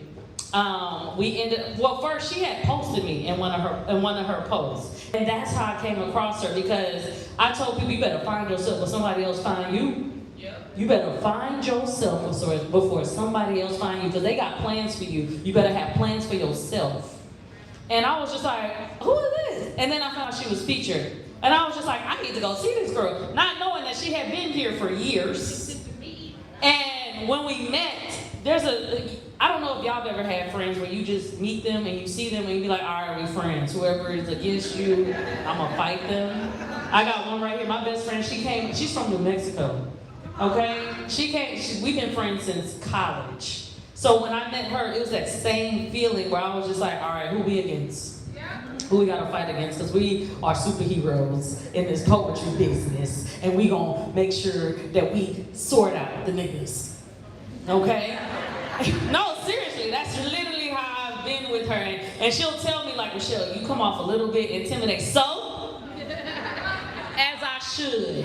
Because if you ain't real, stay away. Because as you said, the real recognize real, but fake recognize real too. And they gonna try it, baby.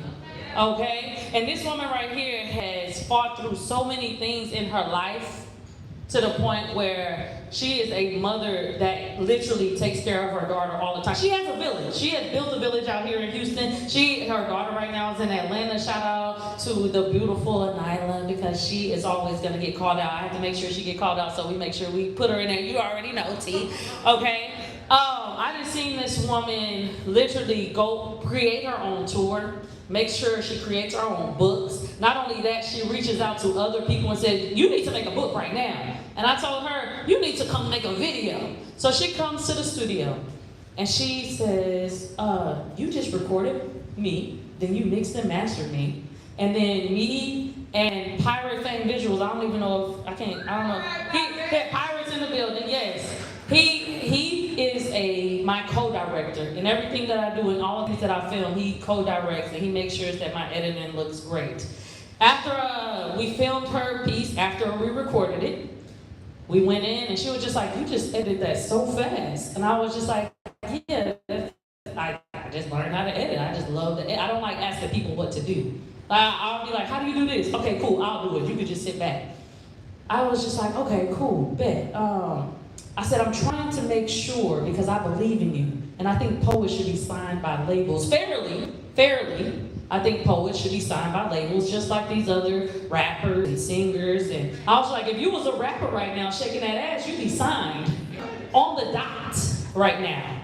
But you have staged yourself, so I have to put myself in here and give you all the gifts that I have as well. Besides just getting on the mic, I need to give you these things. She said, if you started a label right now, I'm down.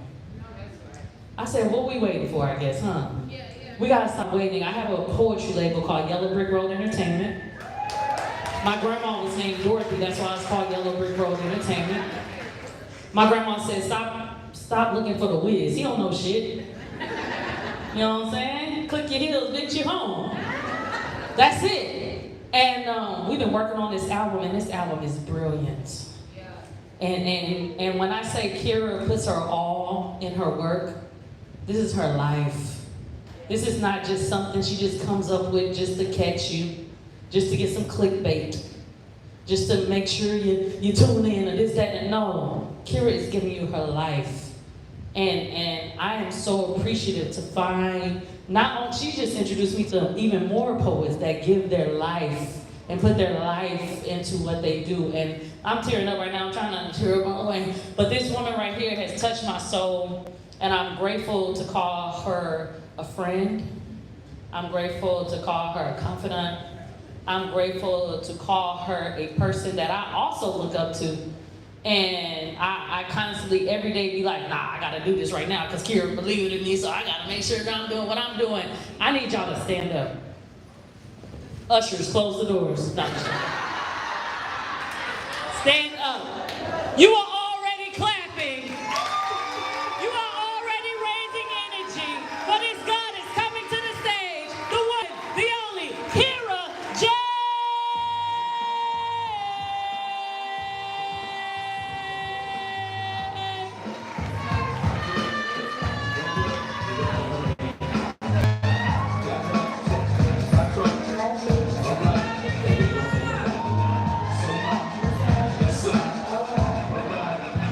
Yo, now it's downtown clubbing, ladies' night. Seen shorty, she was crazy, right? And I love crazy night. She looked at me and said, "You should baby, right?" I told her, I made it. Hey y'all. I'm sorry. We love you, Kira! My name is Kara J by way of New York City. Can I get a year?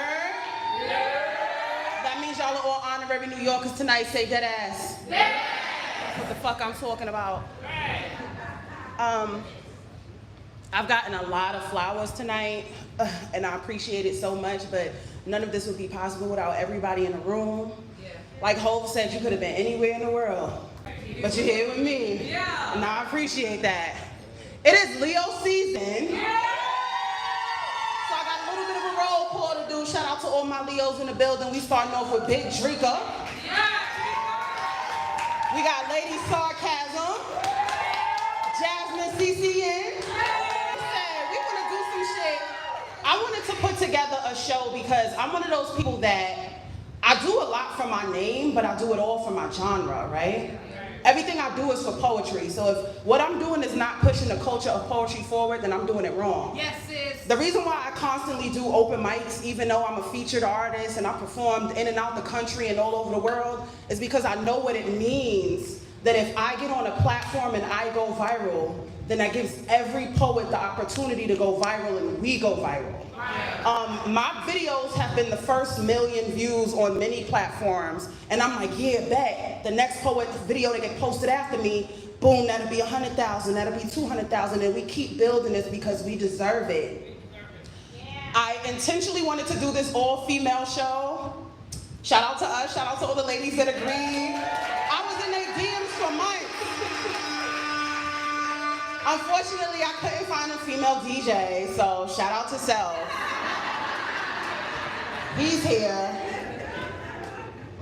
Self, the DJ. I'm gonna be nice to him tonight because I'm always on his ass. How many of y'all have heard me perform before? Well, if you've heard me perform before, I'm gonna say you haven't heard me perform before. I got some new shit to say. New shit? I wanted to say that when Riri was on stage, my sis doesn't come outside like that, so she don't know before you do some new shit, you gotta be like, new shit? So I'm gonna save the new shit for the end. This piece I wrote when I was curled up in a ball on the floor. I've been in therapy for over 2 years now, so shout out to that. I said, lately I've been feeling so lost. My soul is calling, but I can't hear her. When I wake up to my reflection, it's a stranger in the mirror. It's a scary feeling when your ratchet side no longer resonates. Listening to my old words, I find that she and I just don't relate. I don't even like the men I used to date. And I've been crying, feeling strange because I don't know who I am no more and everything about me's changed. Nobody talks about the grief you feel for someone who's still alive. Do you send condolences or congratulations when those old parts of you died? For so long, I just thought I was dying. Now I'm in the middle feeling torn because the old me had to rest in peace for this new version to be born. I think I hold back on my growth because I'm scared of what comes after. Turning the page isn't that easy when you don't know what's in that chapter, but I've seen what's in my old books though. I know what my old behaviors will get me, and I can evolve out of them patterns if the fears of the unknown just let me. They say you're gonna lose a lot of people when you start climbing to the top. And just because it gets lonely, it doesn't mean that you should stop. I've been so intentionally lonely these days because the path I'm on isn't meant for group conversation. For some eras of your growth, you can only bloom in isolation, so it's just been months of being by myself locked inside my room. The caterpillar season ended and I was forced into my cocoon. In the beginning, it's confusion. And just when you think you're about to die, the chrysalis cracks open and reveals this butterfly. But the scariest part of emerging is you don't know what taking flight brings, and everyone tells you change is beautiful, but butterflies can't see wings, and everything happens so fast once you start moving with intention. You have to hold space for your evolution and give in to your ascension. You have to accept that you're not the you that you know and step back and see who's at the core. Because this person you're becoming is not someone you've met before, so let them soar. Let them become who they're meant to be, even if you don't understand it. Because a life that's lived in purpose ain't never gonna look how you planned it. It's 3 parts to every journey. You got the start, middle, and end. And you'll never know what point you at until you're brave enough to begin, so go ascend.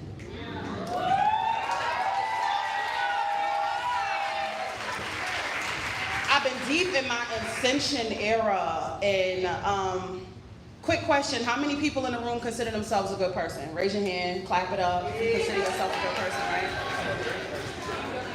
All right, but here's the thing. In my ascension era, and after years of therapy, the years of, I can't believe they did that, I can't believe I went through this and that, and I sat, and after a few months, I was like, oh shit. That's not what you were supposed to say. I wasn't supposed to find that out. I was having fun in my victim era, and then I realized I had villain tendencies too. Because the problem with considering yourself a good person is that when people present information to you that contradicts your behavior not being good, you're gonna reject that instead of correcting it. So these days I no longer say I'm a good person or a bad person, I'm a human. Y'all know what a juxtaposition is? Light and dark, love and war. I said, lately my entire life feels like one big transition. The theme of this season seems to be a juxtaposition. I'm finding myself while losing my mind. I'm trying to balance the two. Getting in touch with the old me while making room for the new. I'm leaning more into the new me though, because I don't want to get caught in my old ways.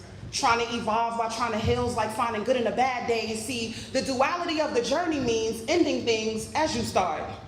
Your whole life finally coming together just as it's falling apart. And it's all true, yet it's all false. The more you keep digging, you see.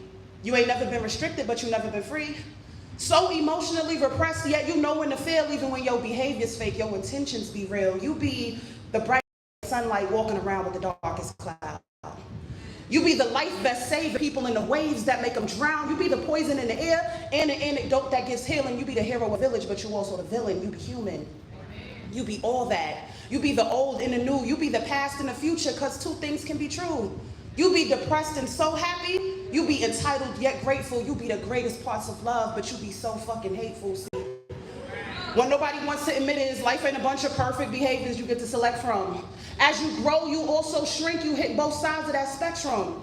We stay so stuck on our admirable traits, feeling validation from the applause that you don't even realize how much you could learn from your flaws, because you be Thor and you be Thanos. Yeah.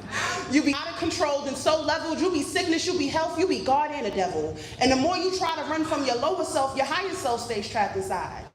Because the only way to find a true you is the part you keep trying to hide. So you can either come outside and embrace the reality that your existence is not singular and accept your duality.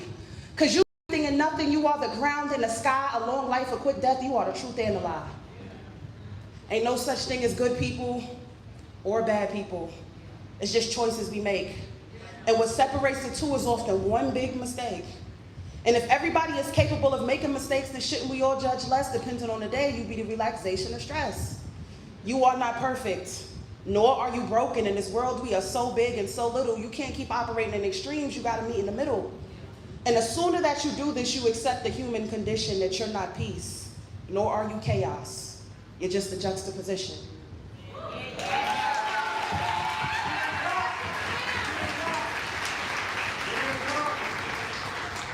I got a 4-part love story I want to share with y'all. First part of the love story is how I feel about this man. Second part of the love story was when I realized he ain't feel that way about me. Third part of the love story is when I realized I had to let him go, and then I'll get to the end when I get to the end. Y'all with me? Say cool? Cool. So I met this man. My best friend Thais was with me. He loves to tell this story because he was like, you saw this nigga and you disappeared behind a wall. Like, we didn't know where you went after that. You was just gone.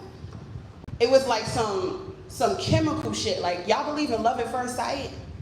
It was like at first conversation, I looked at him and I said, I want to raise your vibrations and your babies and spend all of your good and bad days with you. Introduce you to that power of getting a woman that's going to pray for you. I want to tap into a part of you that you didn't know was there. I want to touch your spirit as much as I want to touch your hair. I want to feel you everywhere. I'm talking outside and within. I be so engulfed with you. I want to live inside your skin. I want to grow your next of kin.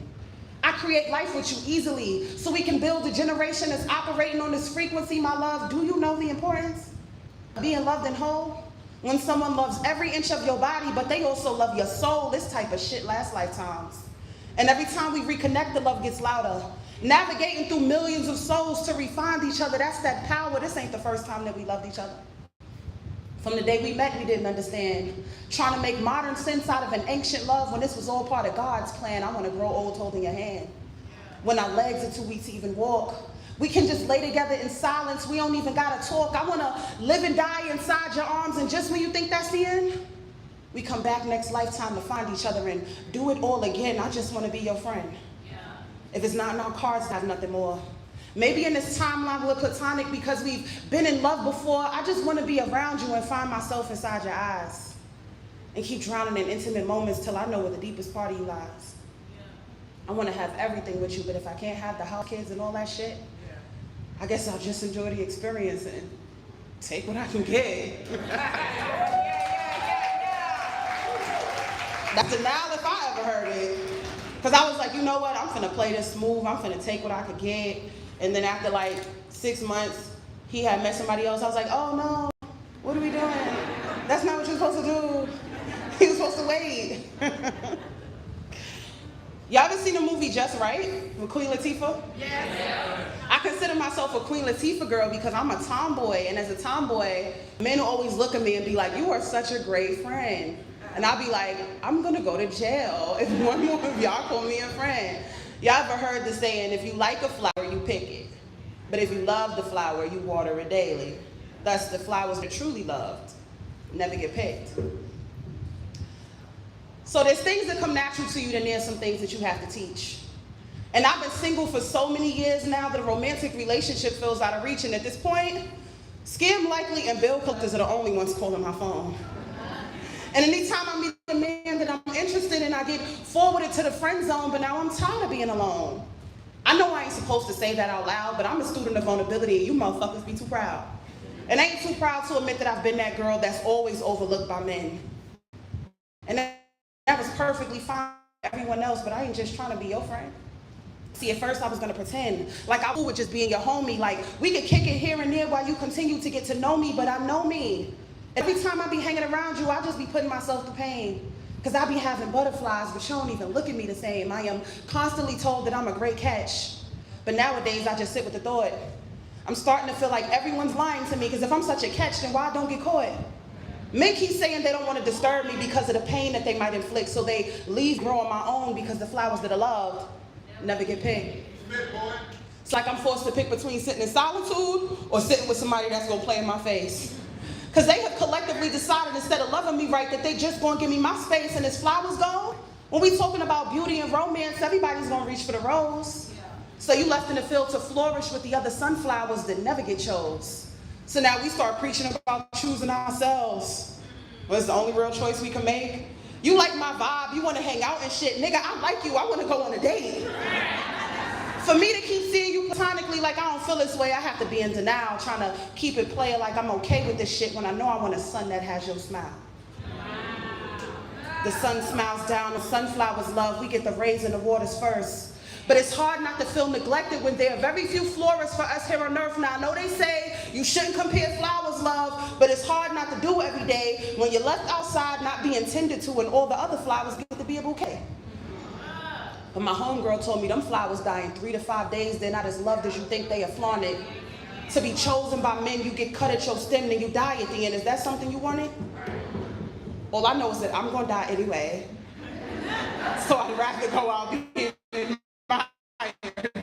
It's beauty in my petals too, but it's hard to feel like a flower if you aren't desired.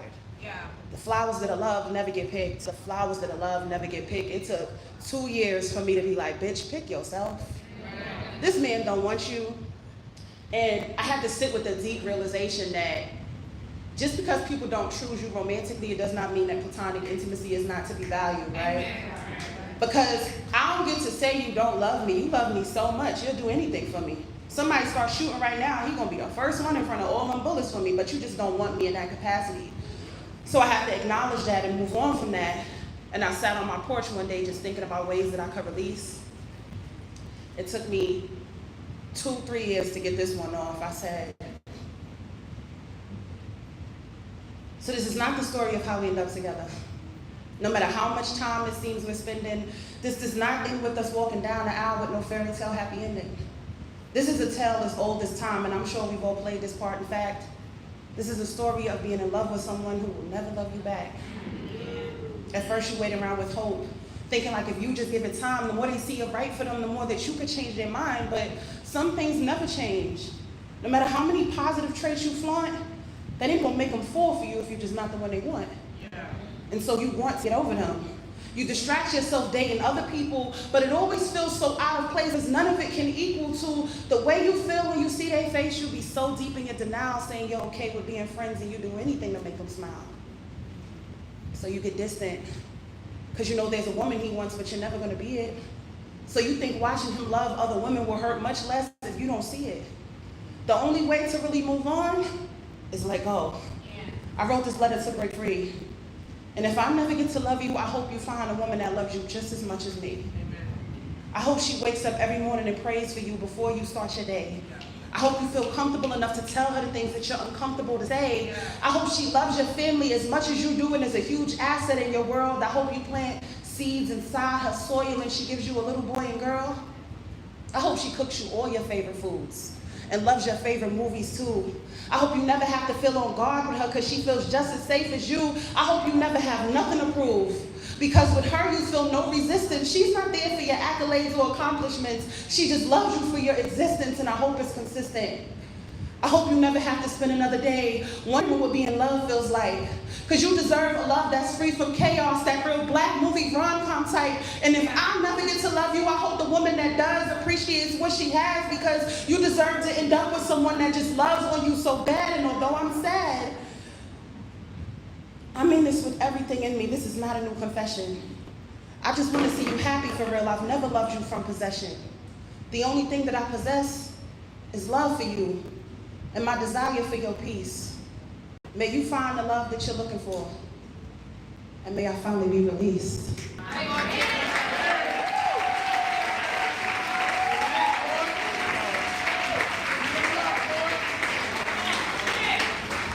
Release, release, release, release was my word of the year, and I realized that I could not release if I stayed here, because I sat with myself and I said, you know what? I've never really been like in love with Houston. I've just always been in love with you. And I have to find reasons to love the city outside of you. So until I learn how to do that on my own, I have to leave. So I'm moving to Atlanta. This is my last show here. It's cool. I'll be back. I'll be back. Give me like 6 months to a year when I figure it out. Because we struggle with finding our own identities outside of the men that we love. And if you love like I love, we love in an all-consuming manner. And after I went through my journey of trying to release, I wrote this last one. Somebody say, new shit. New shit. I've never done this poem on stage. I don't even know if I know it by heart, but my spirit is saying, Kara, get this off. It's called The Last Sad Love Poem. Because I've been writing sad love poems in my 20-year career, y'all. So this is the last one I wanted to get off before I left. I've been struggling to write this poem because I'm so overwhelmed with how I feel. Because any day that I get to wake up next to you is proof that God is real. I'm so enamored by your aura. Not in a romanticized way where I see stars. I don't think that you can do no wrong. I'm just in love with all your flaws. I've always wanted to kiss your scars and love you until all your hurt goes away. Because I don't think you've ever had someone see all the fucked up things about you and still stay. And what separates me from everyone else, I swear nobody can relate. You got this arrogant side you try to hide, but I even love those parts you hate. From the moment I laid eyes on you, it felt like we had met before. That day I went home and looked in the mirror and didn't want to be her anymore. The way you've loved me into my growth, all my baggage and mistakes, and you forgave me. Now these days, I wake up in tears because I'm so in love with the woman you made me. You basically raised me. Yeah. See, prior to meeting you, I swore that I was grown. But you introduced me to new levels that I gotta reach, and you never make me walk alone. You got this strength that I feel safe in. Trying to put it in words is hard to explain, because not only do you protect my body, you protect my emotions and my brain. You are the thing that keeps me sane when my mental is in rare form. Yeah. I come to you, you see me through, always the calm inside my storms, and I love to hold you in my arms. When you get stressed out and feel sad too, intimacy lasted this long because what you are to me, I am to you. You know I'm always gonna come through and try to put a smile on that face, because there's a lot of people that you know you're in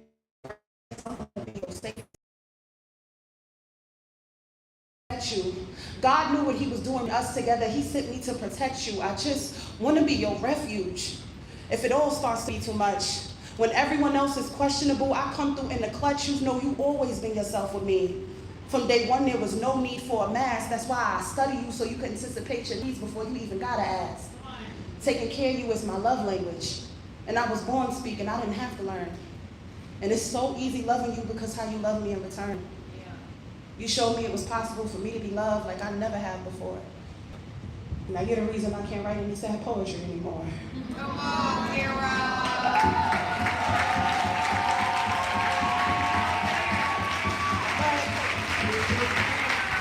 Although that was the last sad poem, this last poem I want to do is for my actual husband. I want to tell y'all three key facts about my husband. My husband is super protective. He is super funny. He loves me and Nala, you know. We just have this one mate. We have not met yet. I don't know what's going on. I've been writing like, nigga, get a bitch on stage. I say that all the time. I meet my man, y'all will not see me again. I have no more poems. I'm gonna be ducked off and happy. So this show is called God is a Woman. Before I get off, I want to quickly acknowledge all of these beautiful women that agreed to be part of this show for me one more time. All of them have accolade after accolade. All of them are booked and busy. All of them have amazing things, and all of them have such a different energy. And I thought it was so important to bring so many different regions together so y'all could see how much of the same experience that we go through. We got DC in the building, we got Chicago in the building, we got Philly in the building, we got Cleveland in the building, we got New York in the building, we got Houston in the building, we got everywhere. Everybody came outside for me, and that's love. So y'all believe in God in the room? Yeah. Last one. Spit, boy.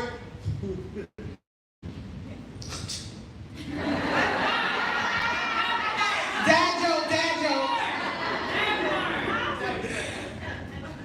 Do you believe in God, my love? I had to pause and take a breather. Because this story I'm about to tell you is gonna make you a believer. Years ago, I was a broken mess. My life was in disarray. One night I cried to God in silence because there was nothing I could say, but he heard me anyway. He said it was time for me to release. He said it's something you need more than love, so I stopped and prayed for peace. He gave me peace. It was something that I never had because my emotions were always at war. But the peace I found through God was something worth me fighting for. Yet even with peace, I was in pieces. Because I had been through so much hurt that I found it hard to love myself and visualize my worth. I didn't know how to put me first. My whole aura was revealing. So I asked God, what do I need right now? He said, baby, you need healing. Then he took me on this journey that only he could take me through. To heal my mind, body, and soul and fix the heart I broke into once that was through. I asked, was it time yet? He could sense my internal frustration, but he said, no, it's not your time. Right now, you need this isolation. Because I was fresh into peace and straight out of healing, my strength was still defining. I had this schedule on when I would fall in love, but I had to trust God's timing because the decisions he had made for me always played out better than my own. So as bad as I wanted to find you, God said I had to be alone. He said, while you're alone, you build that throne because my child, I made you able. So one day when I finally say it's time, you got a lot to bring to that table. I said, God, okay, I fold. I'll let you take over because you know best. What do I need in my life right now? He said, you need success because I took you through the mud. And it wasn't to keep you humble. It was because the plans I made for you, I needed to know that you won't fumble. So he gave me that bag, the skill, the talent, and he let me settle in. Because of all my previous losses, he declared it was time to win. God gave me peace, healing, strength, and success. And just when I thought he was through, I thank God for giving me all that I need, and he stopped and gave me you. He gave me you when I thought I was fresh out of blessings and he couldn't give me more. But the love he set aside for me was worth me waiting for. Do you believe? Because his plan is so divine. He knew I needed you, but it had to be at the right time because so many people jump into love while their lives are still unsteady and ruin the best thing that ever happened to them because they were unready. But God made sure I was ready for a love that could shake me to my soul. Because the only way we last in love is if I came in whole. And I say this with whole confidence that God sent you without a doubt. And he wasn't going to let me mess this up because of the stuff I had to figure out. I believe God fixed me just for you. I know that's dangerous to say, but he wanted me to experience the joy of being loved on the right way. And right away, I fell into you. Our souls are so in tune that I know I'm loving you straight from my heart instead of from my wounds. A healthy love, a love that opens you up to a person you've never been, a love that challenges everything you thought you knew when it comes to loving men, a love that makes you believe in love again. After experiencing so much hate, God wanted me to have a type of love that makes you believe in faith. I have no doubt that I can tell by the way you love me. And every day I wake up next, I thank the man above me. The type of love we have is so holy that it took years or so for it to achieve. But anything is possible with God, my love, just as long as you believe. Yeah. You believe. I need all my ladies to the stage. All my ladies to the stage. Look at me breaking shit. At least I broke it when it was over. My bad. I'll buy you a new one. I hold it. So every year for my birthday, I do a color year, right? And I've been doing this since I was 29. The yellow year was the year for happiness. Yellow was the color of happiness. And then after 29, I was 30. And 30 was the blue year. And the blue year was the color of calm. So I intentionally did not do a lot of work after that. After blue, we did the orange year. After the orange year, Ty, what we did after the orange year? Green. The green year. The green year was after that, and now I'm in my white year, getting ready to close out and head to the pink year, so I asked all my ladies to do white for me. White is the color of clarity and the balance of all colors. So for everybody that has on white today, I just want you to know that white is about having a clear vision for yourself and finding balance in your life, and I appreciate y'all all so much for coming out to my first all-female produced show. God is a woman. A black one specifically. And I thank y'all so much for coming out for me. Like, I do not take this lightly at all. I feel so loved and so honored. It takes a lot of surety in your skill set to share stage with people that are just as good as you, right? And not only just as good as you, some people would consider a lot of these women better than me. And I get so many messages that want me to compete with people, and every time somebody says, Karen, you need to go up against this person, I book them. Because I don't believe money in my pocket. That competition is for losers, okay? You're competing against the whole goddamn world. You can't pay me enough to go up against a black woman. Every woman that I asked them what their feature price was, I said no to every answer and I doubled it. That's how much I believe in us type shit. You know what I'm saying? These are amazing poets.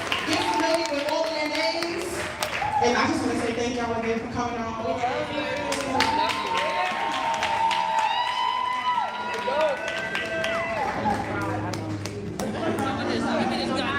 emotional. When I say got it, y'all say woman got it. Got it. And y'all had a good time with me, say yeah. Y'all give it up again for Kira J. Give it up for all the beautiful women that hit this stage. Y'all give it up for CCN. Give it up for wanpoetry holding down the audio and the visual. And give it up for my DJ Sam. Make sure you hit the vendors. Make sure you buy from the poets. I told y'all I got some paintings. Whatever your price is, that's what the painting gonna be. Get you a children's book, get you a t-shirt, get you a everything. Whatever they got. Get it. We sending them home empty. Houston is sending them home empty. Okay? Because they expanded. They grand. Expansion. Yeah. Oh man, I am lifted. I feel good. I feel great. Gratitude. Gratitude, baby.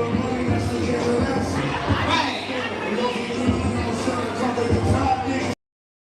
Right. Now I want to act up. Now I want to. God is.